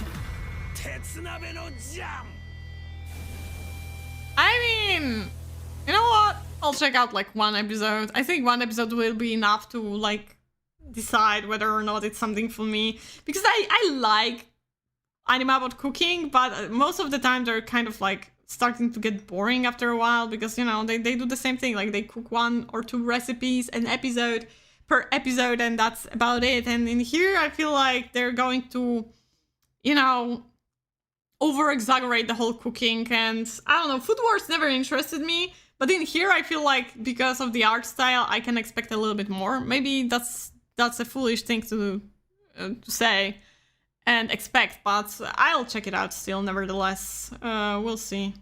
Nonetheless, not nevertheless, nonetheless. What the fuck? My English today is not the best, but it's fine. Because I'm not native. Okay, next one is Oni no Hanayome, the Ogre's Bride. I feel like I've already heard something like that, but maybe it's the I've read manga or something like that. You're the bride I've been searching for all this time. A Japanese-style Ayakashi Cinderella story. Great! Wow! How... They don't even try to hide... Yeah, this is a Cinderella ripoff, basically. What's my favorite anime of all time vibes? It's Golden Kamuy. It's Golden Kamuy. And it trolled me this year because I thought it's going to be last season because it was called Final Season, but apparently the finale of Final Season is... going to be out in December. So I hate them for doing that to me, but I still love the anime. I still love the manga. I think it's one of like the best written manga that I've ever read. So yeah, I highly recommend Golden Kamuy. Okay, back to our Cinderella story. The Aikashi and humans coexist in harmony. The Aikashi, having superior abilities and beautiful appearances, sometimes find their partner among human women, making them their bride. The bride, in exchange for bringing prosperity, receives absolute love from the Ayakashi. Yuzu is constantly compared to her sister, a bride of a demon fox, and is resented by her family every day. One day, when Yuzu just couldn't take things anymore, a man appeared before her on a bridge. This man is the most beautiful man Yuzu has ever seen. Great, thank you for saying that. And he's calling her his wife? Question mark? Just be quiet and let me hold you. My god. This is so cringe, guys. The most powerful, cold-hearted Ayakashi is pouring his heart out for Yuzu. This is cringe, my god. I hate that. She's special for no reason whatsoever, but she has to be special just because we said so that. There was final season already though. Shipsin, don't piss me off. Don't piss me off! Don't piss me off!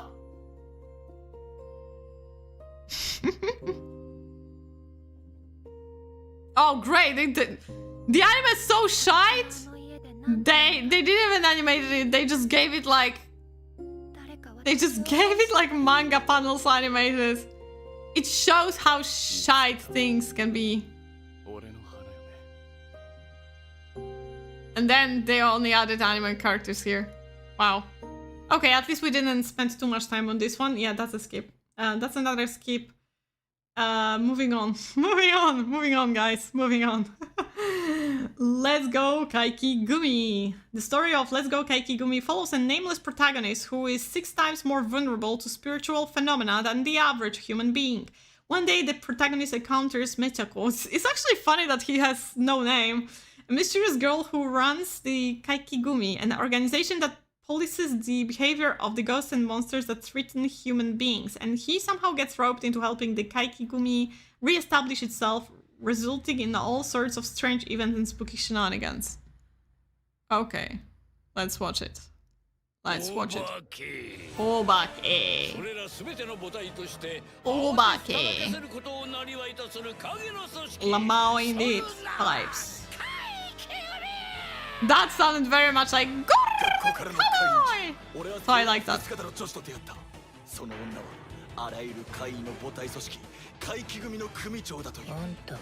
She reminds me of she, them, they, I don't know. Neferpito from Hunter x Hunter! Please tell me you're seeing this too. Is this a romance? Honestly, if it was a romance, I would have been sold, but I think it's just comedy. It's just cool, it's not even comedy, it's cool.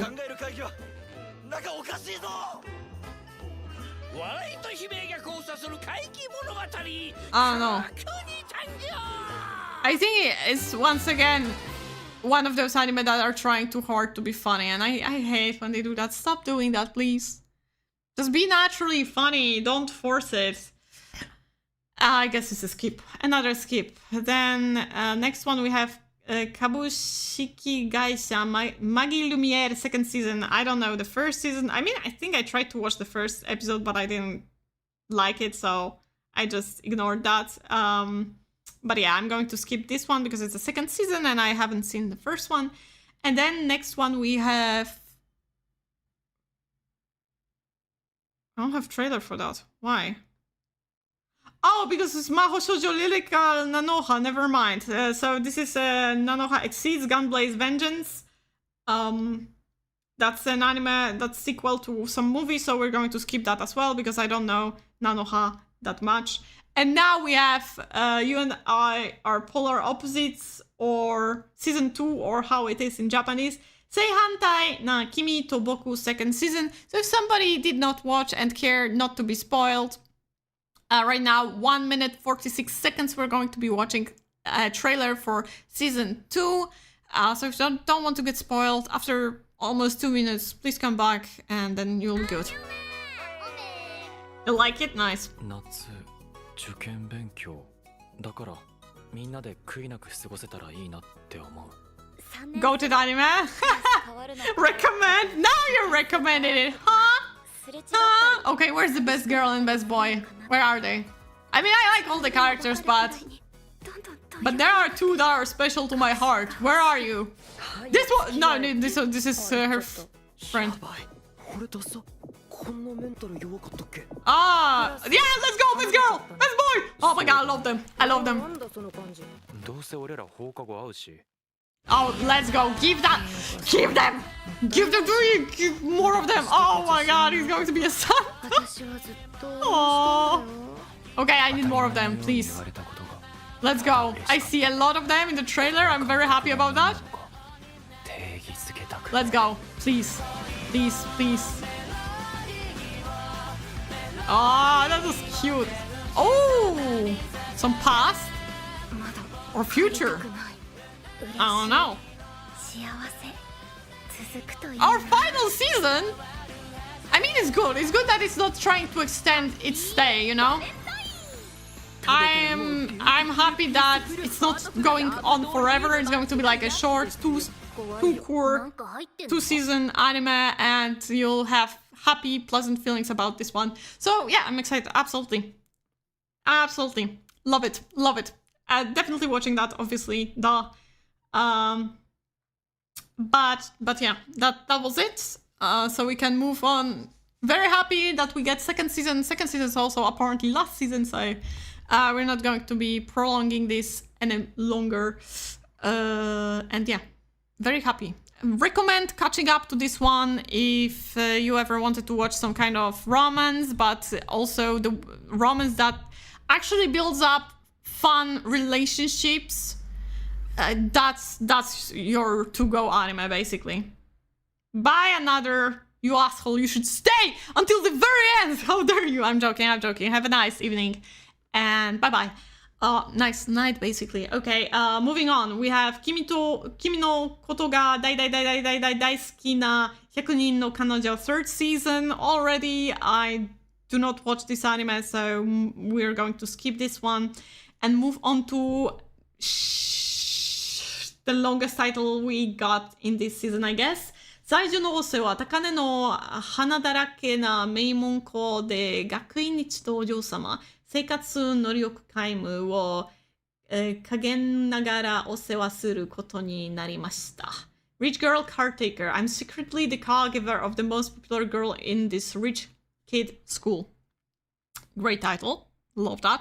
I've already watched or no read the manga with similar concept, so I don't know if I'm going to be interested in this one. But let's read the synopsis. A high school boy, Itsuki Tobonari, gets involved in a kidnapping and ends up taking care of Hinako Konohana, a young lady from one of Japan's largest conglomerates.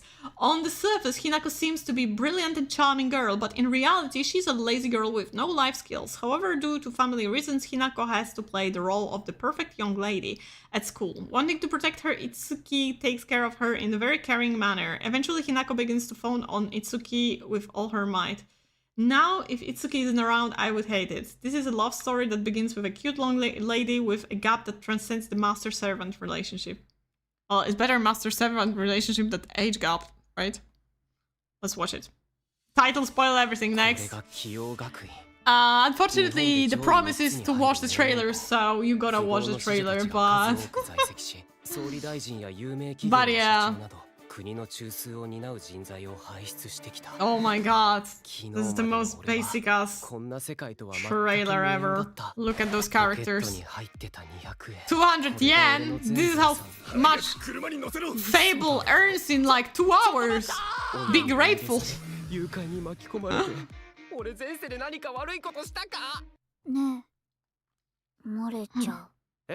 Haha, funny. She wants to pee. あとおかしい。なんでそんなにこぼしてんの？寝る。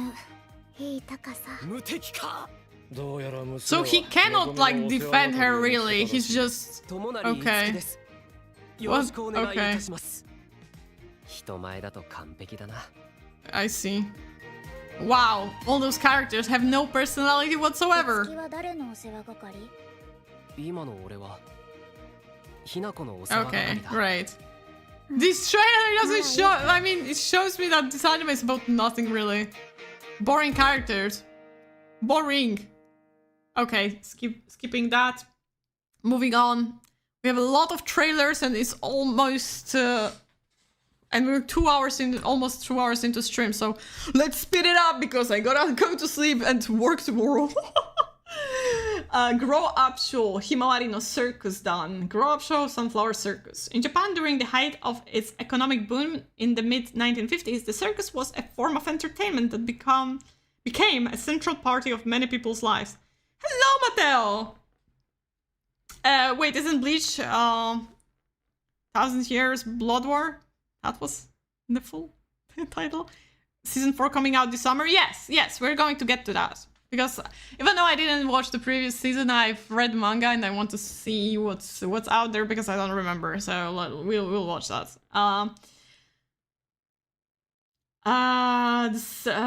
The best troops are permitted to participate in the world-renowned Circus Collection Festival, and many come from all over Japan to compete daily. The story centers on the struggling Sunflower Circus troupe led by ringmaster Maria and a new prodigy or Maria, I don't know, that joins their ranks for unknown reason, Mizuka Tsurumaki. Is her encounter with the highly individual members of the Sunflower Circus troupe a coincidence or destiny? This one-of-a-kind circus show depicting young girls chasing their dreams begin. So basically, another cutesy girls doing cutesy stuff. In this case, circus.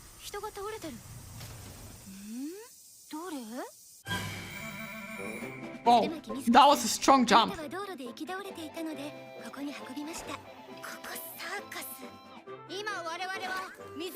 Okay. I mean, the concept is not the worst, but once again, I feel like it's going to be yet another cute girls doing things, right? Exactly. Exactly. Their circus is full of girls.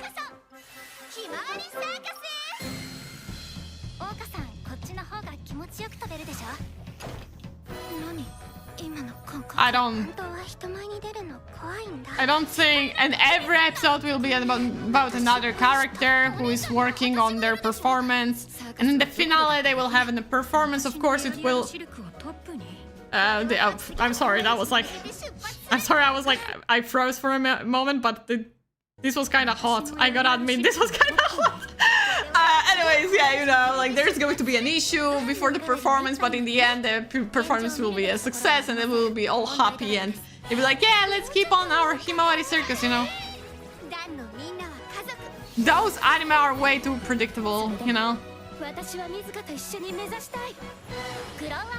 And maybe a little bit of queerbaiting, I don't know. Okay, yeah, thank you for the... Did I miss something? Mainly you and I are polar opposites. Oh, you know what, Mateo, you missed like 25 trailers, but it's fine, you know, you can still catch up to the stream after it's finished or another day, because, you know, the next stream will be on Tuesday, so if you miss me, you can do that. So you didn't miss out anything because this stream will be saved. I mean, there may be some things that may mess up some of the audio or visuals because YouTube don't like when I'm watching those trailers, but I'm kind of like, as long as they're not hitting me too hard on my hands, they're not slapping my hands too hard, I'm just like keep on doing that because I like checking out anime together with you guys. So as long as that does not happen, we can keep on going, so don't worry about it.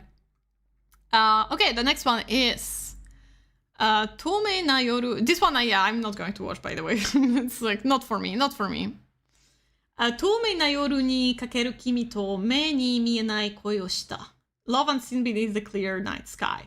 On an April night in Tokyo, still too early for fireworks, university student Kakeru Mano meets a woman named Koharu Fuyutsuki. She is a beautiful girl who stands out from the crowd, laughs a lot, and exudes a warmth that contrasts sharply with Kakeru's own introversion. But there was something Kakeru didn't know at first. She can't see. Dude, how? Dude, I think it's like the most obvious thing. I mean, maybe not at first, but you catch up pretty early on that this person cannot see, right? Or barely sees. Okay, whatever. Koharu hasn't given up on anything, even with her blindness. She attends university daily, shows interest in clubs, makes friends, and dreams of launching fireworks one day. Kakeru wonders why when she can't see them. I hope he didn't ask her that. But maybe it doesn't matter, and maybe he can start moving forward too, for the girl who's always been by his side. Okay, I'm confused. Is he talking about the blind girl or somebody else? Okay, let's watch the trailer. Let's watch the trailer. 冬月さん目が悪いん？そうなんです。私目が見えなくて。 She's Hinata. For real, for real. 自分が視力を She's 失 a ったら Byakugan. きっとあんな風に明るくは It, 振る舞えない。 okay, the art style doesn't convince me 学生ガイドって興味ない？ to watch it. シャキッとしいや。来たんなら楽しまんと損やで。 I'm glad I didn't miss much then. I just wake up from my last test. 冬 Ooh. 月待って。拾うから。 How did it go? I hope it all went well.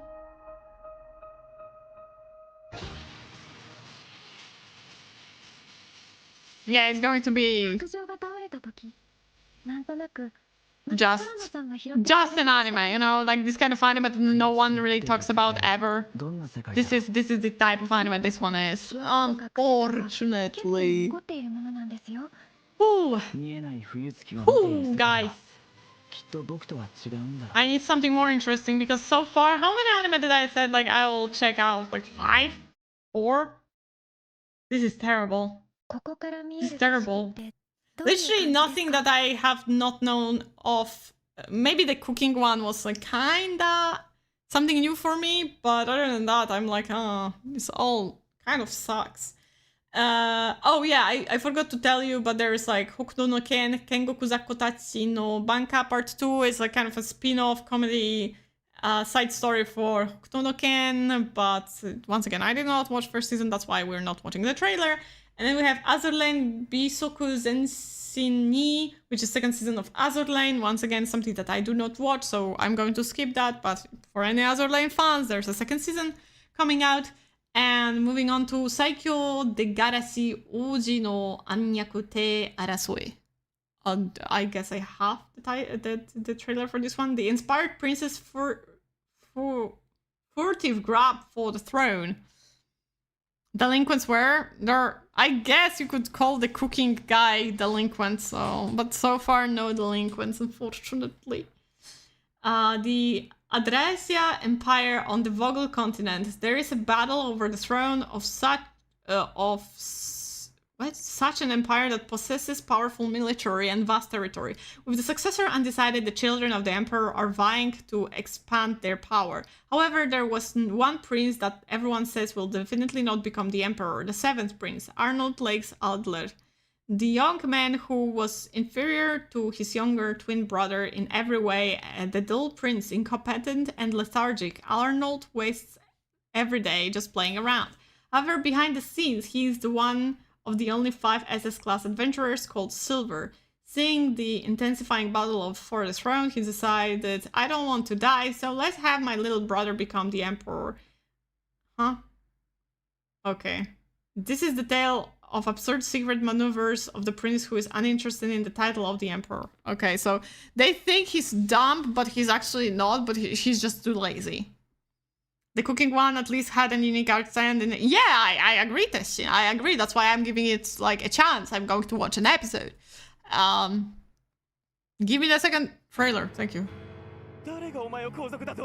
Unfortunately, no subtitles again. I'm not even checking out if this works for you. I hope it does. I mean, I hope you would say something if it didn't work. Okay, yeah, sure. Once again, mediocre art style, so obviously the whole concept wasn't that intriguing at all. Oh great, he's dressing up as Kirito, fantastic. Oh, and he's wearing masks. Never mind. He just doesn't care, huh? Just like I don't care about this anime. No one. Oh, that's his younger brother, I guess. Well, at least he's a nice brother, you know? Like, for now I haven't seen a single woman, but then again on poster I see 3 of them, so... I don't know why I don't even know why I'm still, like, getting hopes in this anime it's not going to be about women, and then you see this big bastard blonde bimbo. I'm like, never mind, there are females in there. So yeah, that's a skip. Mushoku Tensei 3, that's a skip. Another skip. I'm not going to watch that. I watched the first part of first season and that was more than enough for me. Next one we have Hono no Tokyujo Doji Danko. No synopsis, so let's just go straight to the trailer. Flat art style, just like Bate. Yeah. I don't know, it's like some kids school time travel. I don't... Oh my god, the eyes. What are they... What are they even like... Is it... Are they playing dodgeball? I'm confused.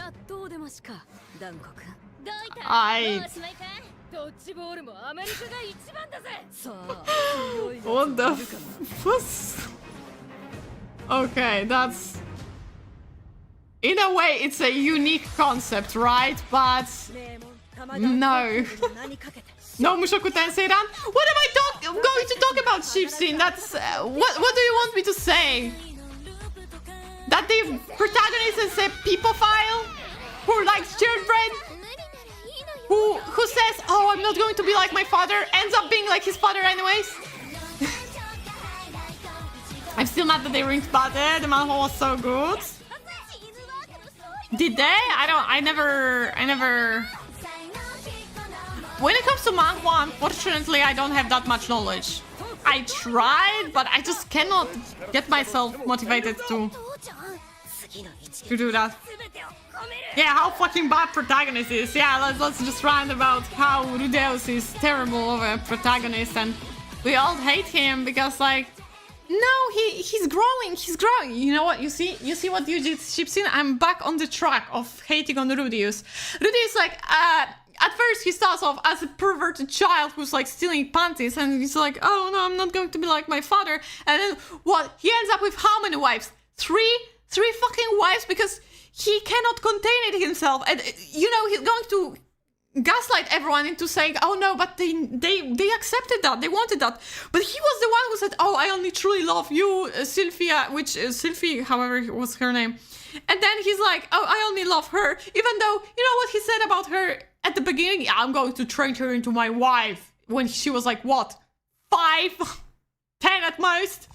Oh god, it's like, they try to make him, you know, complex, but because he's still a disgusted pervert, even though, like, he's not acting like a disgusted pervert, his actions are of disgusting pervert as a cheater at that. And it's like, you can say, oh, but the universe is not like that. It doesn't matter what the universe is like. He can have 10 wives if that's the universe let him. It's fine. Only when he's not the one who says himself that he's not going to be like his father. He's not going to cheat. And what he does, he cheats on his wife. He cheats on his fucking wife. Jobless is so creepy. I don't know how people like it. It's like, I understand liking the art style and the darkness of the universe, because that was something that, like, convinced me to watch the first season in the first place. But Rudeus, my fucking god. No, it's just a disgusting character. Like, I gotta say, I still don't feel like watching Re:Zero, but at least in Re:Zero, even if the main character is called a lolly monster, at least, like, I can see from the fragments of the anime that I've seen that he's not this, like, you know, put down to, oh, I'm disgusting pervert. I don't even know if he's like, he's a simp for Emilia, that's for sure, but is he? I don't think he's a pervert. Is he a pervert? You tell me, because I have not watched Re:Zero. Hold up! Yeah, thank you, you're welcome. Valid crash out. You're welcome. I hate reviews, okay? I hate Mushoku Tensei. I think it tried to be something good while it cannot, you know, you cannot build up character like that. Subaru only likes kids, but he's sworn to Emilia. Yeah, that's what I'm saying, right? Subaru has some respect for females at least, right? Yeah, he likes kids. But it's not, I wanted to say he's not touching him, but I've seen so many screams of him holding Beatrice, or what was her name, so that's not right either. But, you know, he's like, you know, he's dedicated. Even though, like, I would throw away Emilia for, what's her name? The Dark Lady. You know, the hot one. the hot one. The dark hot lady. Yeah, no, he's had a lot of PDF file moments, but Beatrice is his ghost slave. Oh, that doesn't sound better, Shipshead! Great! But he treats her right, so slavery is not bad when they're treating their slaves right? I tried to watch it, regret. Mushoku Tensei or Zero right now vibes, because, like, I'm mixing, like, I personally mixed up those two now, and I'm not sure which one we're handling there right now. Oh my god, fucking... I don't know why they do that. Like, what's the point of that? Please tell me. I hope that's not projecting, because if it's projecting, then it's disgusting as fuck. Like, projecting from the author himself, which...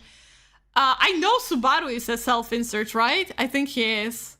Because the author himself said recently that his taste is like Subaru's. I mean, I've seen it in a different... Because, like, everyone knows he's a simp for Emilia.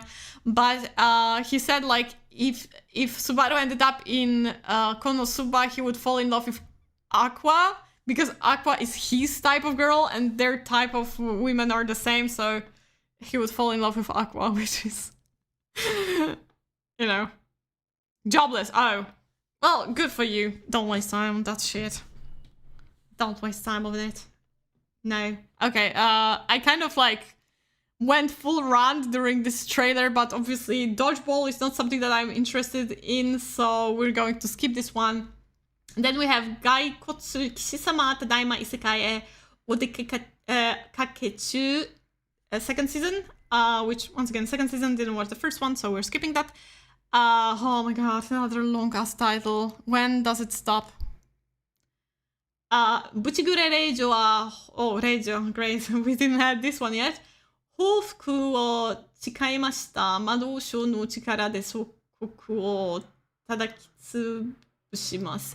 You know what we have to do next time? Remind me of that. We have to do a bingo where it's like me having a mental breakdown on isekais, me being annoyed at incest, even if it's like step siblings. You know, like, we should make a bingo like that.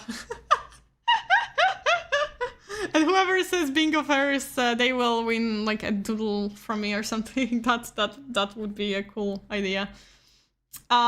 Leave It Lady's Guide to Getting Even. How I Crushed My Homeland with My Mighty Remorse. Elizabeth Leiston, the daughter of Haldoria's powerful prime minister, is a picture of a refined noble lady and the perfect future queen. But when her fiancé publicly humiliates her, classic, calls off their engagement, classic, and starts spreading nasty rumors about her, classic, Elizabeth reaches her breaking point. Why should her only friend be her loyal maid? And why should she continue to serve a country that doesn't respect her? Elizabeth concludes she won't stand it any longer and will bring down the kingdom, even if it's the last thing she does. As such, she uses her quick wit and, more importantly, her 7 magic grimoires to embark on a quest for revenge. And let her tell you, there will be hell to pay. So it's basically like a revenge story. Typical revenge story, okay. 私、エリザベート・レイストンは Thank you for giving the most boring introduction you could ever do. How long is this trailer? Okay, it's not that long.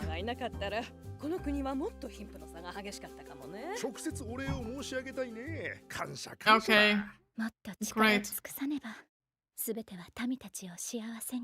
But of course... Whoa! Elisabetto! Oh, and of course he has a side hoe, obviously. I was about to say, oh, at least he didn't cheat on her or something this time. But apparently he did that, they just didn't add it into synopsis. 目が覚めたわ。仁義、グリモアベルセブ、私を帝国に亡命させていただ Okay, I don't care. This is 多大な利益をもたらすとお約束します。 this is boring. この国を潰します。 Great, good job. That's fantastic. I'm happy for you, girl, but this anime kinda sucks. So let's just skip that and move on to the next one because it's another one with a long ass title and oh please let it be the last one. Never mind. Most of the titles I'm seeing is like full on explanation of what the anime is about. Great. 捨てられ聖女の異世界ご飯. Oh, 異世界. There we go. 旅、隠れスキルでskill and isekai in one title. Amazing. Love that. The camping car を召喚しました. I hate them adding English words into Japanese titles. Stop it. The Forsaken Scientist and her foodie road trip in another world. Okay. Anime about food. Let's go. これが私のもう一つのスキル。モーターハウスのモーちゃんです。 Great, great. Dude, these trailers want to make me even more hungry. I'm already hungry. Stop that. お前さえ良ければ俺たちのパーティーの飯番とポーターをやらないか。自信は Yeah, ないですが absolutely. ビルさんのパーティーの胃袋と荷物は任せてください。俺たちのパーティー暴食の卓は重戦士の俺を入れて5人だ。逃がさない。 Boring, boring. Give me something interesting, finally.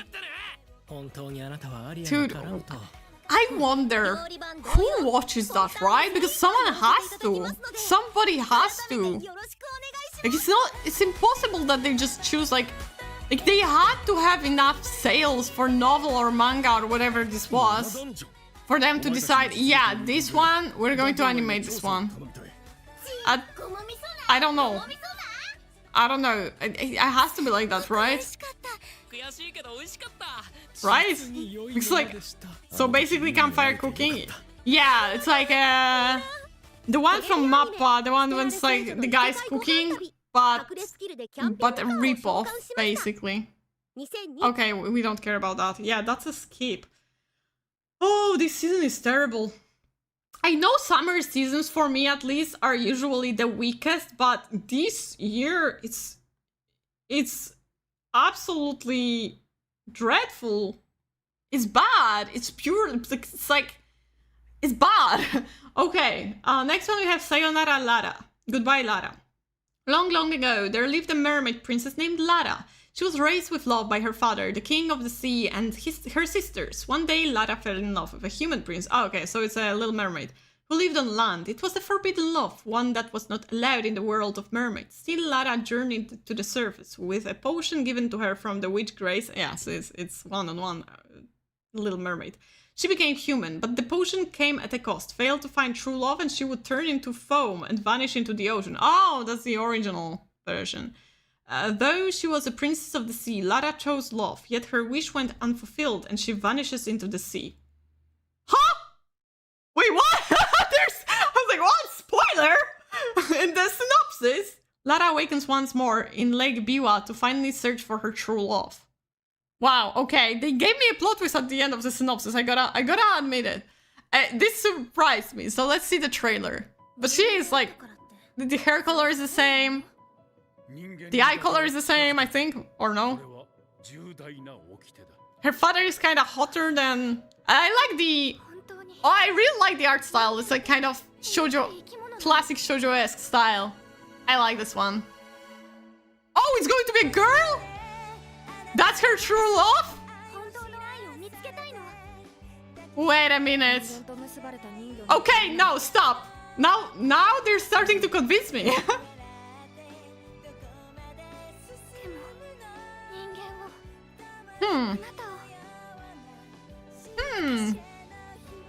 Poor thing. Poor thing. I was waiting for the last line to be she killed herself out of regret and now she is an isekai to another. Stop it. No, not like that. You know what? I'm going to check it out. I really like the art style. And I like the plot twist, and I like the little twist. Like, oh, it's a little memory. But wait a minute. What if? So yeah, that's kind of unique approach. Even though they use the basic trope, but I like it. I like it. So I don't know if it's going to be interesting. Maybe it will be boring, and I'll drop it. But I'll check it out. Moving on to the next one. 転校先の清楚可憐な美少女が昔男子と思って一緒に遊んだ幼馴染だった件。Or in English, oh boy, was I wrong about her. Oh boy, was I wrong about her. What the fuck? The title in English sometimes saved my ass. I met my childhood friend again, and she had become a beautiful and innocent girl. It's been a while, Hayato. Haruki, is it? In the past, I used to play in the mud with my childhood friend in the countryside, and when I saw him again, there was no trace of the bratty young man I thought he was back then. Only in front of Hayato, she threw away the coat she was wearing and acted the same crass way she did back then. The distance between you and me has not changed. Okay, so she used to be a tomboy. He thought he's a boy because he was fucking stupid, and she still acts the same. Okay, well, let's see the trailer. Another Kadokawa banger. Of course, that was ironically said. 春樹は春樹だった。二階堂のこと狙うのはいいけど、あれは高嶺の花だぞ。俺の前だけ昔のノリって。Okay. Yeah. Great. And of course, he only had girlfriends, right? They're all from the past, hey? Never mind. There's some blonde guy. Oh no, he's a love rival, huh? Okay, well, your typical childhood friends focused story, because usually childhood friends don't end up together, but in this case, yeah, they will. They will, because that's how it works. Oh wow, that was very tsundere of her. This, oh my god, another boring one. Hi, Porchin. I feel like we don't have this season, we don't have any like slice of life that kind of like have good potential. That's not a sequel because like you and I are polar opposites apparently. Could be counted as slice of life, right? But like other than that, we didn't really have anything, right? I feel like we're lacking something like that in here, in this rooster, because we had shit tons of isekais, obviously, that's... you know, we're not going to be able to avoid that, unfortunately. I wish we could, but we can't. But yeah, this is a skip.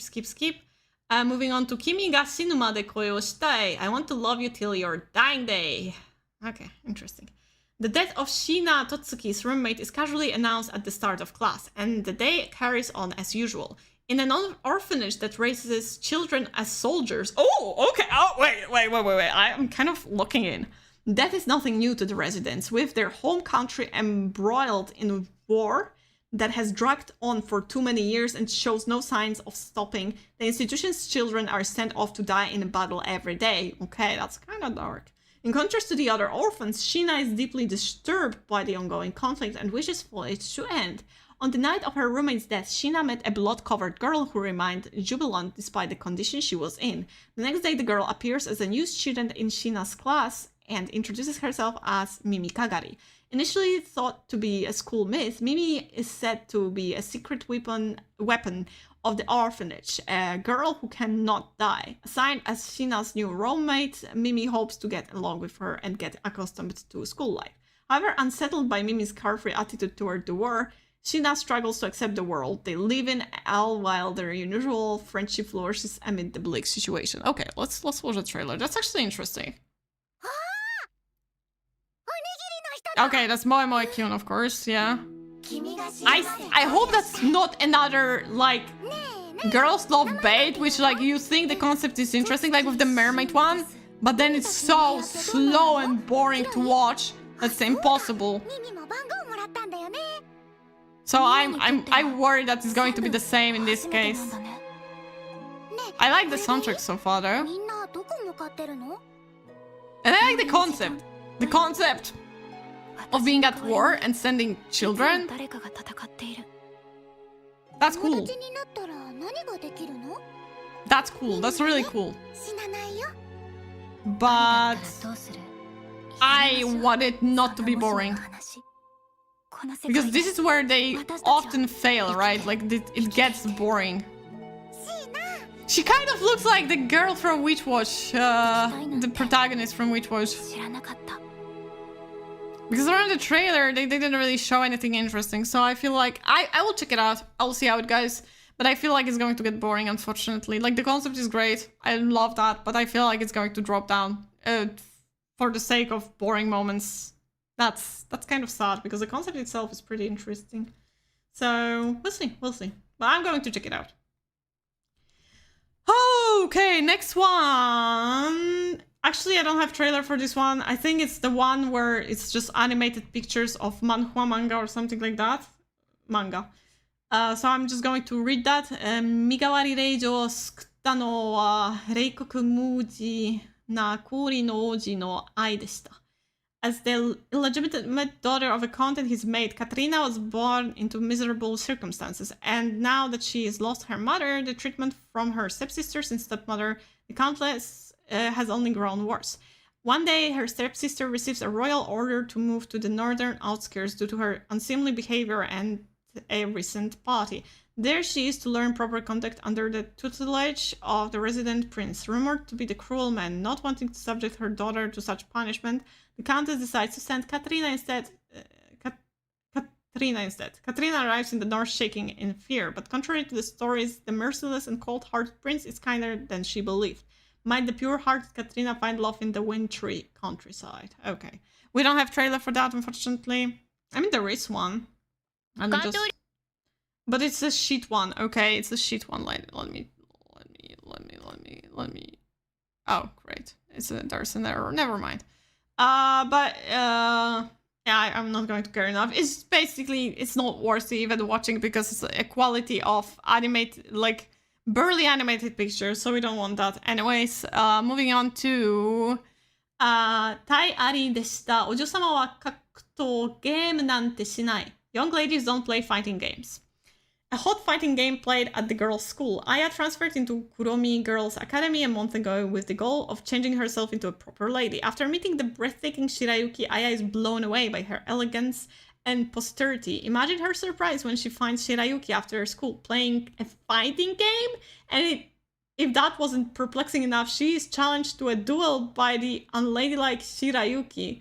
So basically, the rock girls, however the title was, from like prim and proper school, but instead of playing rock, they're playing fighting games. Okay, trailer, please.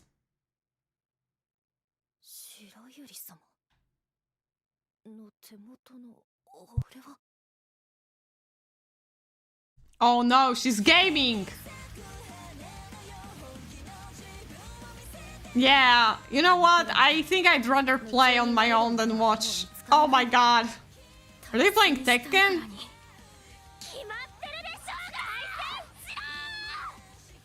Oh, wait, it's Girls Love? I mean, it doesn't change anything, okay? Girls Love often bait me into thinking that something will be more interesting because, you know, Girls Love, but in the end, not really. Yeah, I don't think it's for me, so I'm going to... Oh wait, there's something.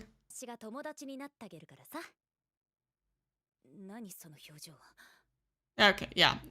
Yeah, that's not for me. That's not for me. I'm going to skip that.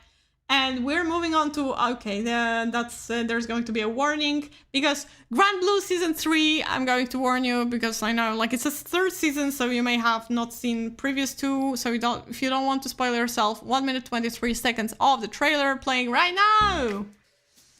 I love Grand Blue, so I'm excited to this season.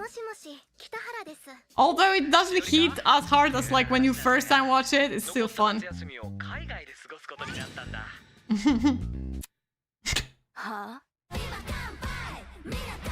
Is this new opening?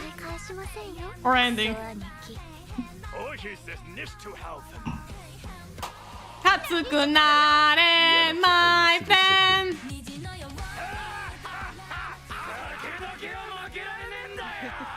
I love those dumbasses.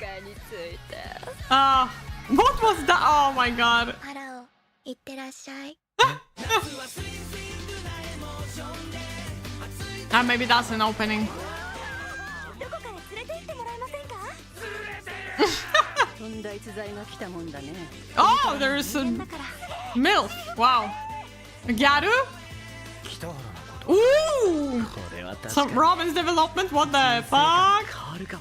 Nothing. No, nothing will beat the first opening. It's too iconic. 最低な朝。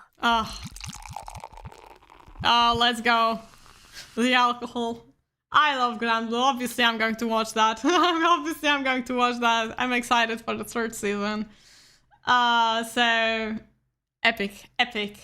Now we can move on to Kokaku Kidotai. And this title may not tell you anything. Kokaku Kidotai. But you may kind of recognize the English title, maybe? The Ghost in the Shell?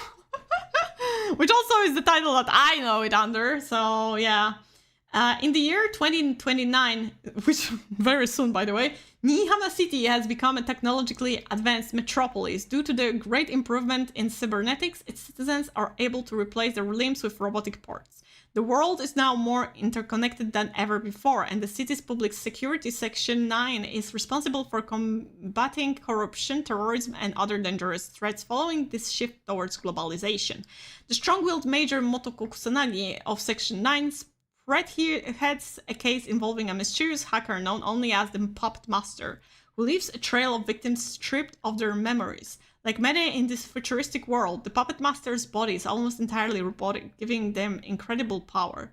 As Motoko and her subordinates follow the enigmatic criminal's trail, the other parties, including Section 6, start to get involved, forcing her to confront the extremely complicated nature of the case. Pondering about various philosophical questions, such as her own life meaning, Motoko soon realizes that the one who will provide these answers is none other than the Puppet Master themselves. A new Ghost in the Shell. It's kind of like a reboot, basically, of the original story, like an alternative version of it. And visually wise, it looks amazing. So let's watch the trailer now. I love the trailer, and I love the soundtrack in it. I'm excited for the soundtrack, really.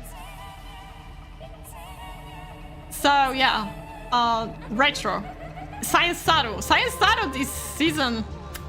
When it comes to the art styles, whoo, they're going full ham on that. Ghost in the Shell was one of the first anime that I've watched randomly because it was like somewhere on the TV. It was crazy experience.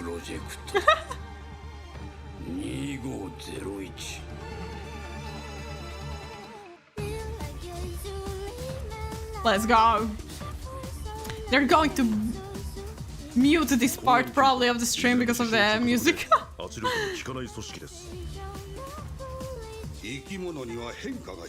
also has the vibe of, like, you know, the original Ghost in the Shell song. So that's so cool. I'm excited, not gonna lie. So extremely excited, but I still want to see it. I don't know. I feel like it's awakening this kind of nostalgia that's not that strong within me, but still, like, somewhere it hits the spot of nostalgia. It's like, I remember, like, it was a very specific time that I just sat down and watched Ghost in the Shell, right? And going back to it in this kind of form and visuals. I don't know. I'm low-key excited. I hope it will be good. So I'm going to watch that, of course. Then we have Yoroi Shinden Samurai Troopers Part 2 is Part 2, so I didn't watch the Part 1, so we're going to skip that. Then we have Sora wa Akai Kawa no Hotori. Let me just... Yuri, a pretty Japanese girl, is ecstatic after passing her college entrance exam and having her first kiss with her childhood friend turned boyfriend. However, her luck soon changes. She starts to notice the water becomes agitated whenever she goes near it. One night, hands appear out of a puddle on the street and drag her into the water. Transported to an ancient village in the Middle East, she is then captured by armed troops and taken to the Queen's Palace for a human sacrifice. Oh, I think it's based on the very old shoujo manga. I think Amalie, it's one of Amalie's favorite shoujo manga, I think. I don't know. I don't know for sure, but I think it is.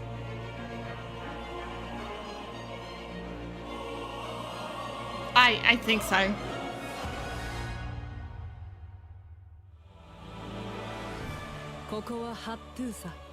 Although I gotta say I've never really cared much about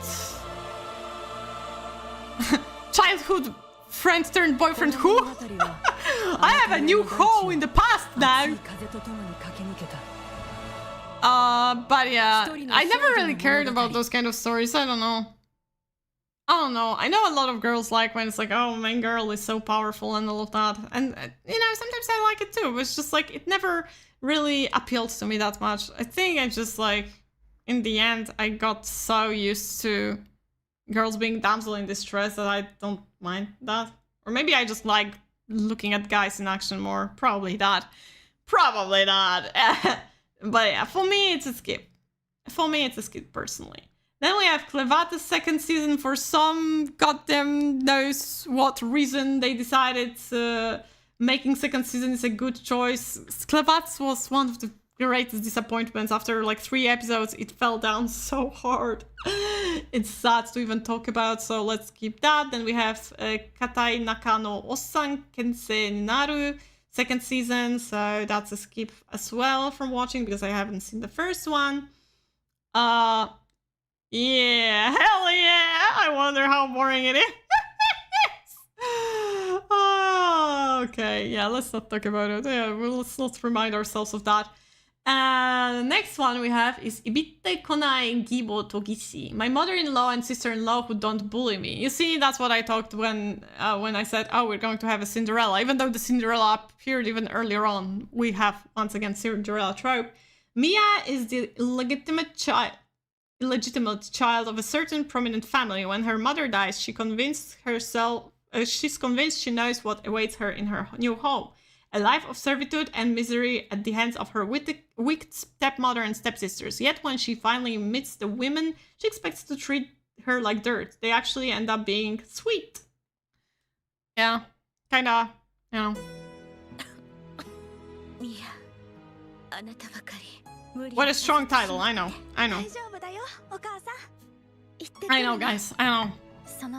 This season is disappointing to the core. Disappointing to the core. I can't even pretend that I'm interested in this trailer. It's hard, guys. What a hairstyle, though. Drinking my tea. Oh, it's not cold anymore.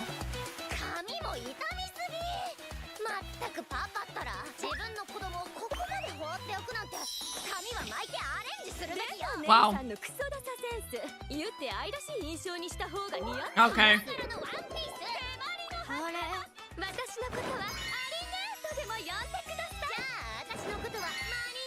Marinette. The mother is the most powerful character.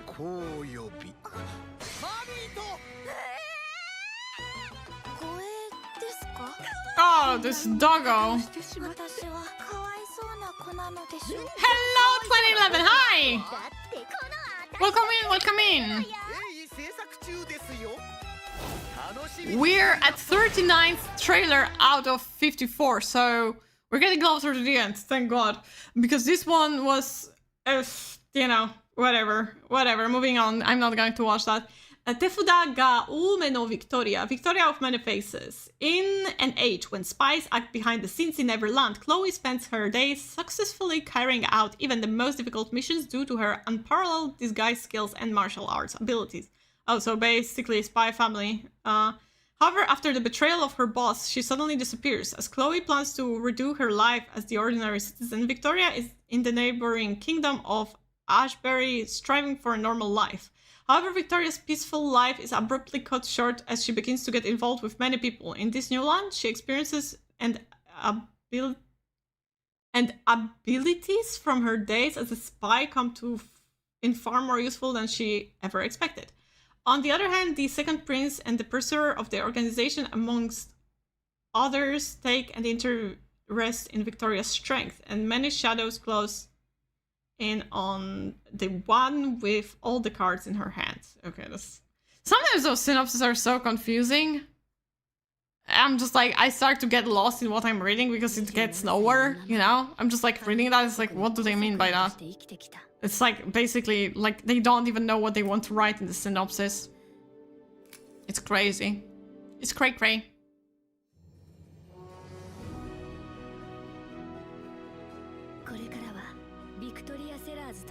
Yeah, the art style, not interesting.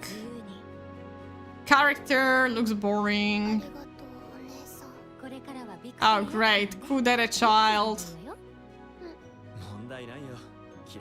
Okay. Oh, you see? I told you! Spy Family! Spy Family! It's Spy Family! Again!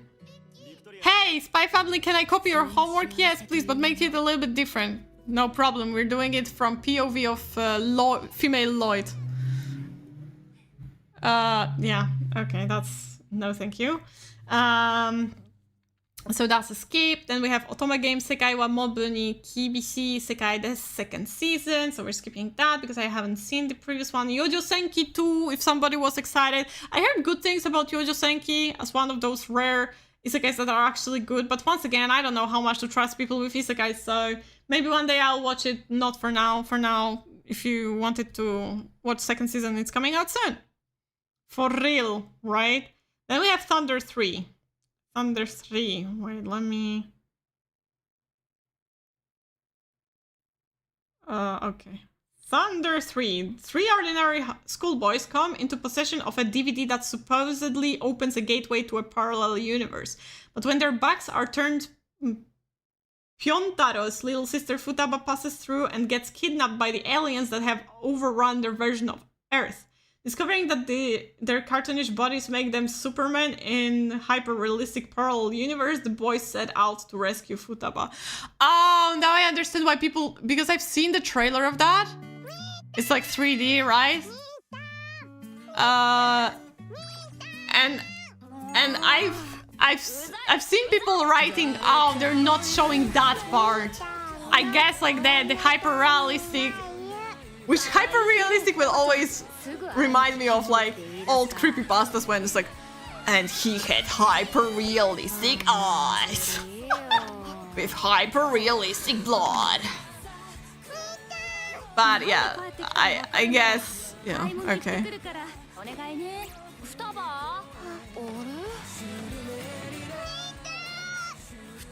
She may be annoying, but it's nice to be together. Netflix sure does know how to write text to make it the cringiest text ever. It's edgy and not that wow, but solid. Okay, I see. The Yojo Senki, you mean? So it's a little bit overhyped, but it's still considerably solid for an isekai, which is, you know, sometimes it's more than you can ask from isekai. Okay, now we have something not Japanese. I don't think so. I'm pretty sure it's not. She's got animation. Okay, yeah, probably a little bit, yeah. I'm not going to watch that, obviously. So next one we have Dogulwang, Tomb Raider King. Undercover behind enemy lines, Juhon, definitely not Japanese. Newest plan to torment TKBM will involve taking them down from the inside. Stealing their relics and causing infighting is just the tip of the iceberg on what he'll do to make the group pay for their sins. But with the appearance of the Tower of Pride, Juhon's skills is in rage baiting. Ain't no way. His skill is rage baiting. Will truly be tested as he must pit the most fearsome warlords against each other. Will Johan Soo come out in top in the battle of the greatest conquerors of history? Sure, Cult contributed What the fuck? What Sure Cult? Oh my god, it's overly edgy, Kodgis. I see. Thank you, Chair Cult, for contributing $30 sort a secret gift. Thank you so much. I don't know what I need to to get this kind of reward, but thank you. May the truth flourish or something. You read the webtoon of this. Okay, let's watch the trailer. Guy looks like Sun Jin-woo. You cannot convince me otherwise. Like, this is Sun Jin-woo, basically. I'm pretty sure if you showed me those two pictures, I would think it's the same character. Lamao, chair. I'm looking at you, vibes. I'm watching you.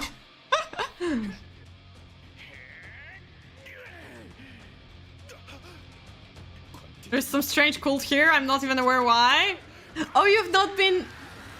Oh, you haven't been on the stream. Yeah, there's chair cult now. Because of Until Then.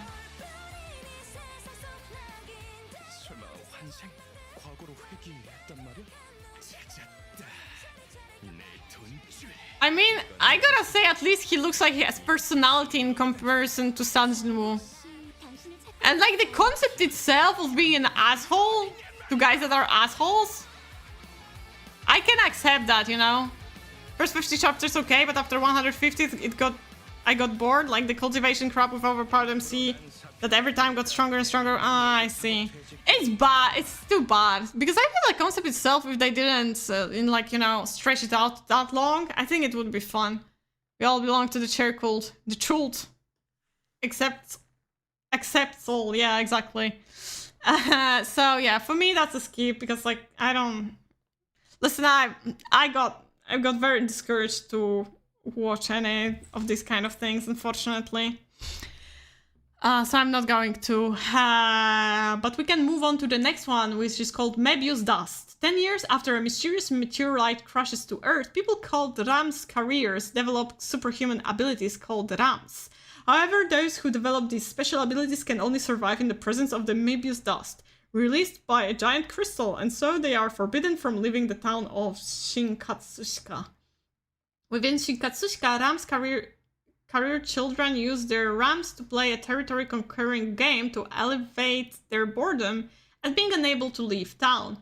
High school students Araki, along with his younger sister Stella and his childhood friend Olga from a team called Police Hopper, and thrown themselves into the game. Their destinies begin to change when Professor Yuda, a researcher who studies Rams, asks them to participate in a legend experiment. Oh, okay.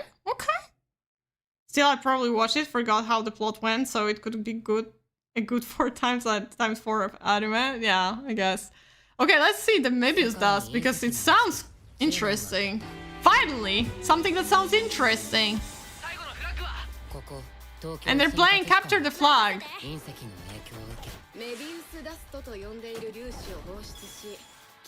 But let's not... Okay, that was kind of cringe. Not gonna lie. The rollerblades or whatever. It's skipping too fast. I don't see what's going on. My god! Is it made for like TikTok kids? This is too fast for me. I don't know what's going on. Why is there an Shiba Inu talking? What? That's too fast. Stop it. What the dude? Dude, what the hell? It's I don't have TikTok brain for that. Digimon vibes? Maybe a little bit. Oh, it slowed down a little bit. Only a little bit. Jesus, why is it so fast? Am I over exaggerating or is it too fast?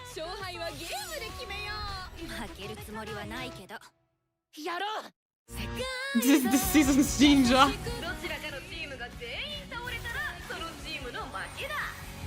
Maybe.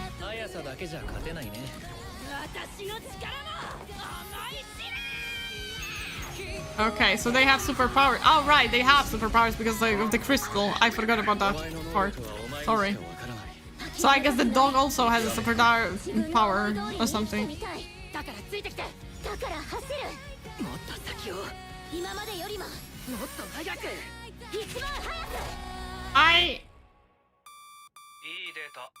Like, for me, it's not that I'm crazy in watch speed, so it doesn't count. Yeah, exactly. You watch times... You watch times 4 anime. I don't do that. So for me, it was like absolutely too fast. I'm going to I'm going to skip that, honestly. I think the concept was interesting, but like how it looked like, I lost interest, so that's bad.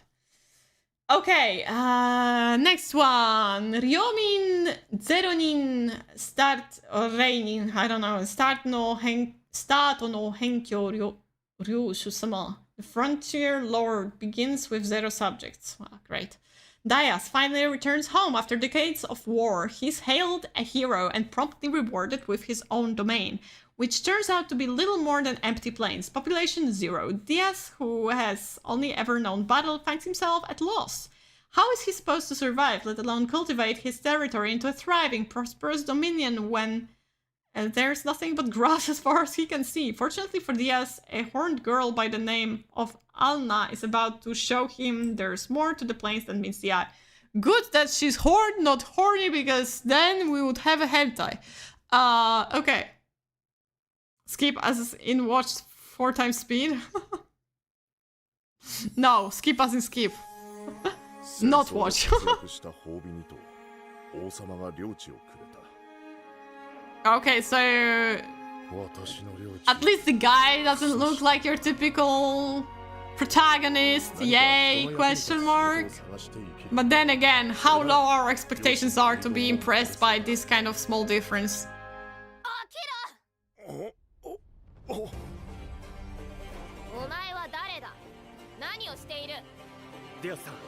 Okay.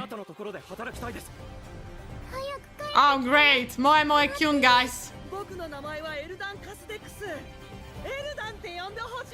What a nice plane, so chill. Oh, ships! Look at them ships!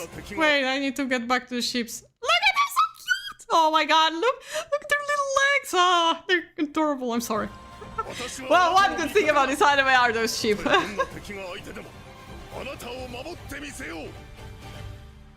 Oh my god, look at them! They're so fluffy! I don't know if it's some kind of fond family and he'll take her as his wife and those will be their adopted children or whatever. But unfortunately, I don't think I'm going to watch it. But the sheep are adorable. You gotta admit, those sheep, big design. So yeah, that's for me, that's a skip. We have Yamishi by 17th season because they cannot stop making this shit. And, you know, I liked Yamishibai at the very first seasons. It was like, oh my god, it's so scary, it's so creepy. But then, like, at some, like, I don't know, season 5 or 6, it starts to get so stupid to the point I was like, you know what? No thank you. Okay, we're almost at the very end of the anime, and then we only have some movie trailers and we're done. So let's get to the end of it. Moving on to the next anime.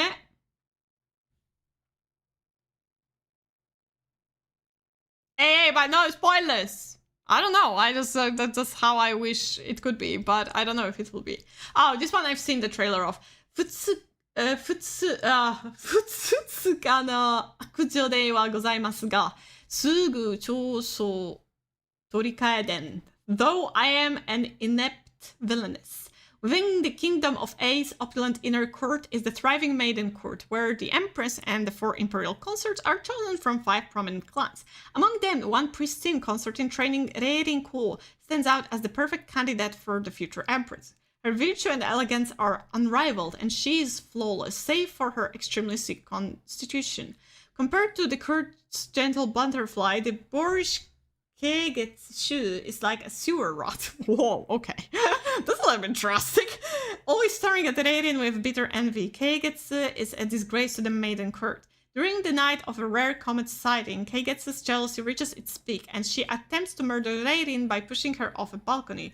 Reirin is quickly saved from death, and Keigetsu is imprisoned to await her execution. Unbeknownst to all, Keigetsu has cast a spell to swap bodies with Reirin in order to steal all that belongs to her. But while Keigetsu is hindered by Reirin's frail body, Reirin fully embraces freedom and physical strength for the first time in her life, determined to leave, no matter whose face she wears. Well, that's, you know,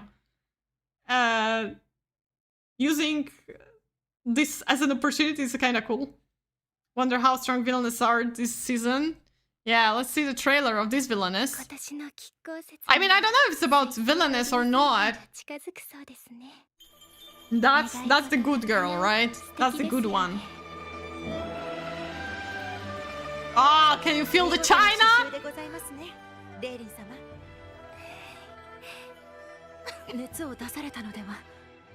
I mean, genuinely, if I were swapped with like healthy body, I would be like, hell yeah.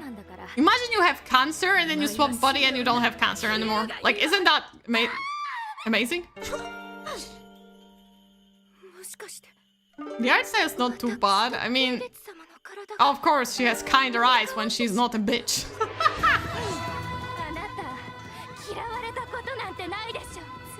This is a nice cultivation. She looked like Hao from Shaman King there. Ooh, okay, handsome boy. Please tell me he's a mine love interest. Because I don't care about the prince. Usually I don't care about the princess, but like their servants usually very hot. Yeah, I feel like I'm feeling China second time today. We'll watch. Yeah, I think I'm going to give it a try.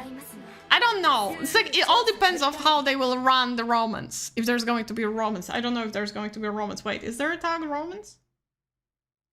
Doga Kobo. Seem villainous. That's it. Okay, I'll hope there will be some romance. If there won't be, I'll probably draw. I like it. I'm kind of like, you know, at this point, I'm low-key tired of these Chinese, like, you know, consort courts and all of that. Because, like, it's so repetitive at a certain point. And I've watched quite a lot of them already. But, you know, I may give it this one a chance. Next one that we have is Hanaori-san wa tensei shite mo kenka ga shitai. Hanaori-san still wants to fight in the next life. Narukami Ryusei is your typical NEET. He spends his days shut in his room playing video games without a care in the world, living a lazy life. But the truth is, Ryusei used to be a powerful demon king in another world, so why does not spend this new life doing whatever he wants? Except he wasn't the only one reincarnated into this world.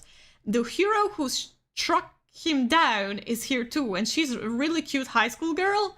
Can Ryusei survive reuniting with his foe in a new world, or will he find himself fighting even in this life? It would be funny if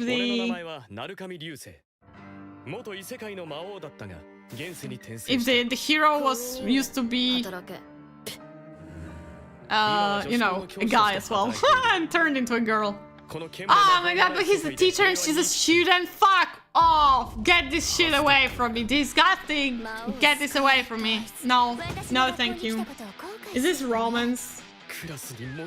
Comedy fantasy romance. Fuck off! I hate it. Oh yes, I love you. Great, great. Wow, guys, I love it when they make an adult have a crush on a teenager and the other way around as well. It's a romance looking at male genres. Yeah. Oh, it is a romance looking at male genres. Oh, nice. The court one. I was already focused on this one, but oh, great. Fantastic.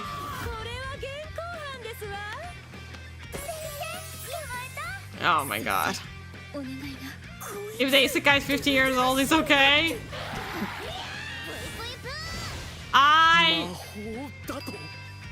I don't agree. I don't agree, Shipsin. You already made me go full ham on Rudius again. Leave me alone. Leave me alone, man. But that other teacher was the one with glasses, huh? The one with glasses, eh? This one. Yeah, she's fine. She's a fine lady, I gotta admit. So yeah, that's absolutely the skip. Now we're going to Bleach Sennen Kessen Hen Kaisin Tan. Final part of Bleach Sennen Kessen Hen. Finally. So for those who do not want any spoilers for a new Bleach season, 37 seconds starting now. Of course they added number 1. Of course they had to. Now you feel like number 1. I hate how it's still such a banger and I'm still hyped when I hear it. It's like, it's such a cheap move to use this soundtrack. Oh my god, my boy Zaraki, I love him. Zaraki the goat. Okay, that's it. That was it. That was it, guys. I hope you enjoyed it. No, it's very short. Fire. I mean, number one will always be Fire in my heart. And then we have second season of The Elusive Samurai, or Nigajozu no Wagakimi, which unfortunately doesn't have any good trailer. It's very worrying. Let's go. Okay, you guys are hyped at this. I still have to catch up to the previous season, I believe, but, you know, I'll do it at some point. You know, I'll always do it a little bit later. So it worries me that Elusive Samurai doesn't have any specific trailer. The first trailer that it got was basically using all the scenes that we already had from first season, like in here. So this is worrying. Unfortunately, which I hope it will not be a change of, like, you know, the quality will not drop, because admittedly, Elusive Samurai is good because of the animation. So we have a Gyaru girl joining them, I guess, or whatever. That's the only thing that they added as a new thing. And then we have another anime that does not have any trailer. It's Boys Love, so I can only read you a synopsis. It's called Perfect Addiction. Akihito is a college student obsessed with good looks and carnal pleasure. Whoa, that's... Is this a... No, it's only Boys Love. I thought it's going to be ecchi or something. But he can't stand the handsome yet aloof Sae. Things come to a head when Akihito is shot down at a singles mixer by a girl who set her romantic sights on Sae. Furious, he follows Sae to the hotel district. Oh no, you're following a gay to a hotel district, where he learns that Sae's secret. He's gay. Okay. Oh, I thought he's going to, you know, drag him into and do the thing. And he's having trouble enjoying himself in the bedroom. Oh. Breaking through Sae's mental barriers is exactly the sexy challenge Akihito needs. What am I reading? It awakens something in them both. Gayness! That's what it awakens in them. Will they ever be able to control themselves again? You know what? I have no words. Okay, forget that happened. And let's move on to... Okay, so there are a lot of ONAs, OVAs. You gotta check it out on your own, guys. All I can tell you is... there are few things that caught my interest personally, so I'm going to show those, and I just need to find them though, because it's okay. I lost one, I guess. There's a Ribbon Hero, but then there's something that I don't see now. Confusion much. Oh, there's also sequel to Shiboyugi, but I don't think I'm going to watch it, so never mind. I cannot find the... Where is this trailer? I think I lost something, guys. Oh, maybe it was this one? Yeah, okay, I found it. Never mind. Sorry, guys. I'm trying to look for the remaining things that I've seen that may be interesting for you guys. Okay, got the last one of them. The Ribbon Hero is promising. Yeah, so we're going to watch the Ribbon Hero. Oh, wait, let me read the synopsis first. The Ribbon Hero. Sapphire is the princess of a kingdom that no longer exists, having lost everything in her homeland of Silverland to the calamity known as Nergal. She wanders in despair until she finally arrives in Godland. Though burdened by her past, she begins to find a glimmer of hope as she encounters the kindness of people there. But as if to sneer at her peaceful new life, the calamity Nergal appears once more. The very despair that once reduced her homeland to ashes now threatens to steal the light from this land as well. I won't lose anything ever again, and I won't let anyone lose anything either. Brushing away her tears of sorrow, the girl takes up her sword. This is the story of a lone hero who ties her ribbon and resolves to defy her fate. It looks very interesting, so I'm going to... It looks very nice, right? Ribbon Hero. I think it's also based on some old anime, if I'm... Yeah, Sapphire! Yeah, basically. Sapphire is like the character from a very old, one of the first anime, I would say. So that's cool. It looks really good. 40k reference? I don't know. I don't know. But it looks amazing. And I love the art style. Oh, have you... Yeah, by Osamu Tezuka, basically. Yeah. Have you heard that there is going to be an anime based on Mika Pikazo's original characters or something like that? I've seen that recently. I was like, oh.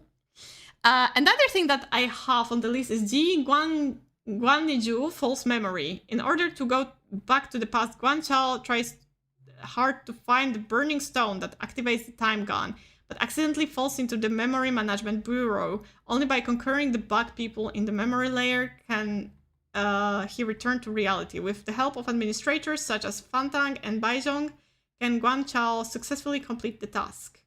What kind of challenges are awaiting Guanchao in each memory layer? Mahashoja with Violet Evergarden hand? Yeah. Okay, let's watch the False Memory trailer. Hope Dawn in Mika Pikazu Arts. Yeah, probably, yeah. I mean, how wouldn't it? 我想，我们不会再见面了。不过，我决定。Mika Pikazu is one that do pop-up arts? Yeah, she's the one who does like very colorful... I don't know how to say that even. Like, I tried to do one of the arts back in the days in Mika Pikazu's style. I kind of failed, but it was fun.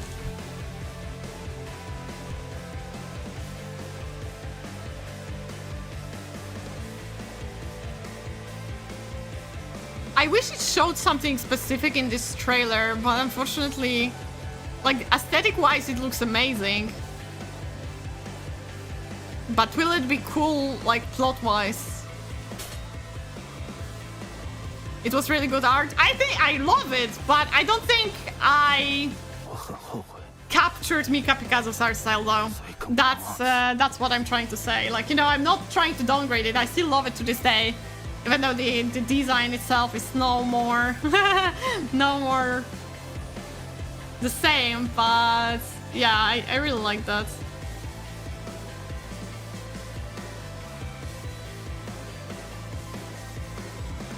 It looks cool, but I feel like it's just it's just hard to judge it from like the trailer only. Okay, so that was it. We have Doko yorimo toi basho ni iru kimi e, To You in the Beyond. It's a movie? Yeah. Kazuki Tsukigase is a high school boy who carries a certain secret. In search of a place where no one knows him, he enrolls at Sakajima High School on a remote island. On Sakajima, there is a place known as the Cove of Spiriting Away. One early summer day, Kazuki finds a girl lying unconsciousness in the cove.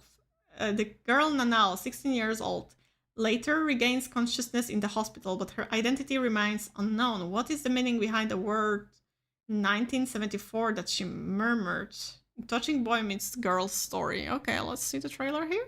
今、西暦何年だ 1974年 So she time traveled.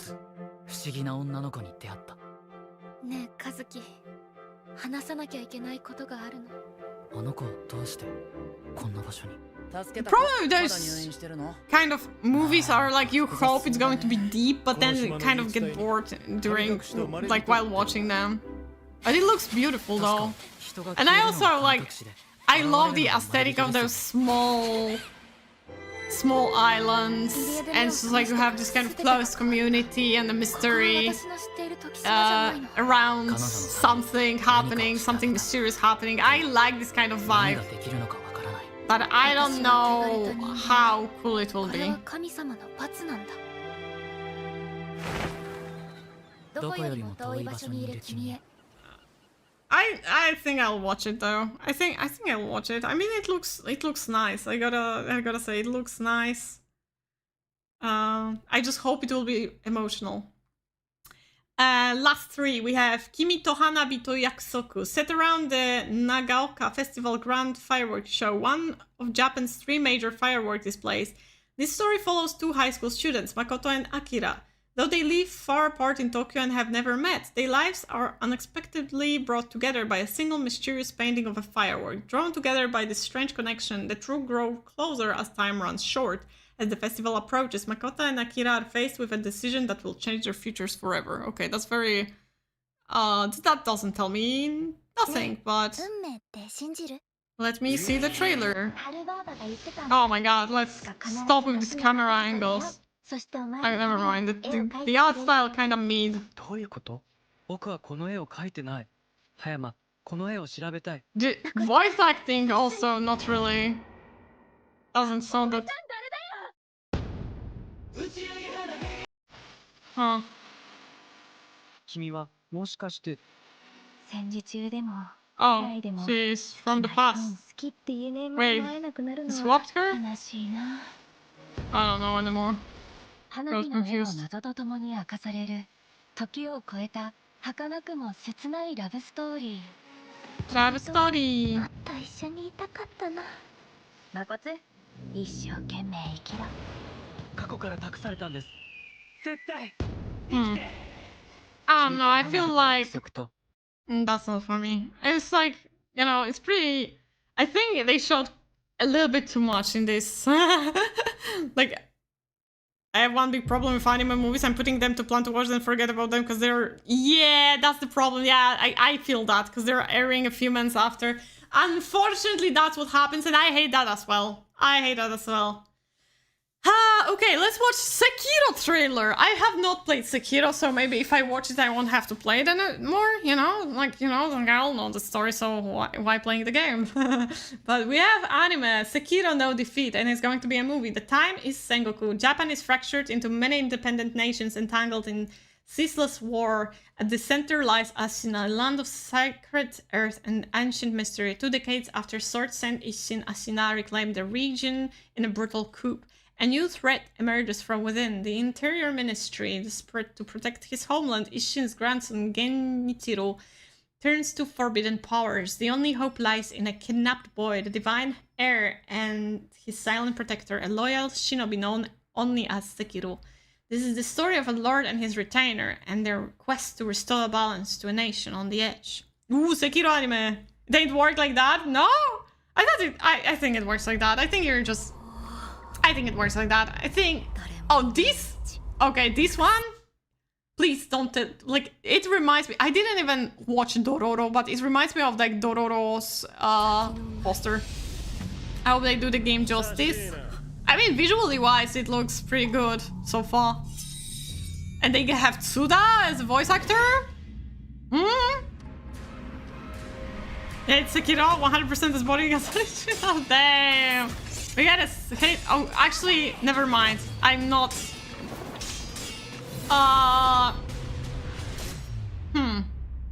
Yeah, no, it stopped looking as good as it looked when it was not moving. Oh, it does. It's like art style is great, but the animation here, I'm not.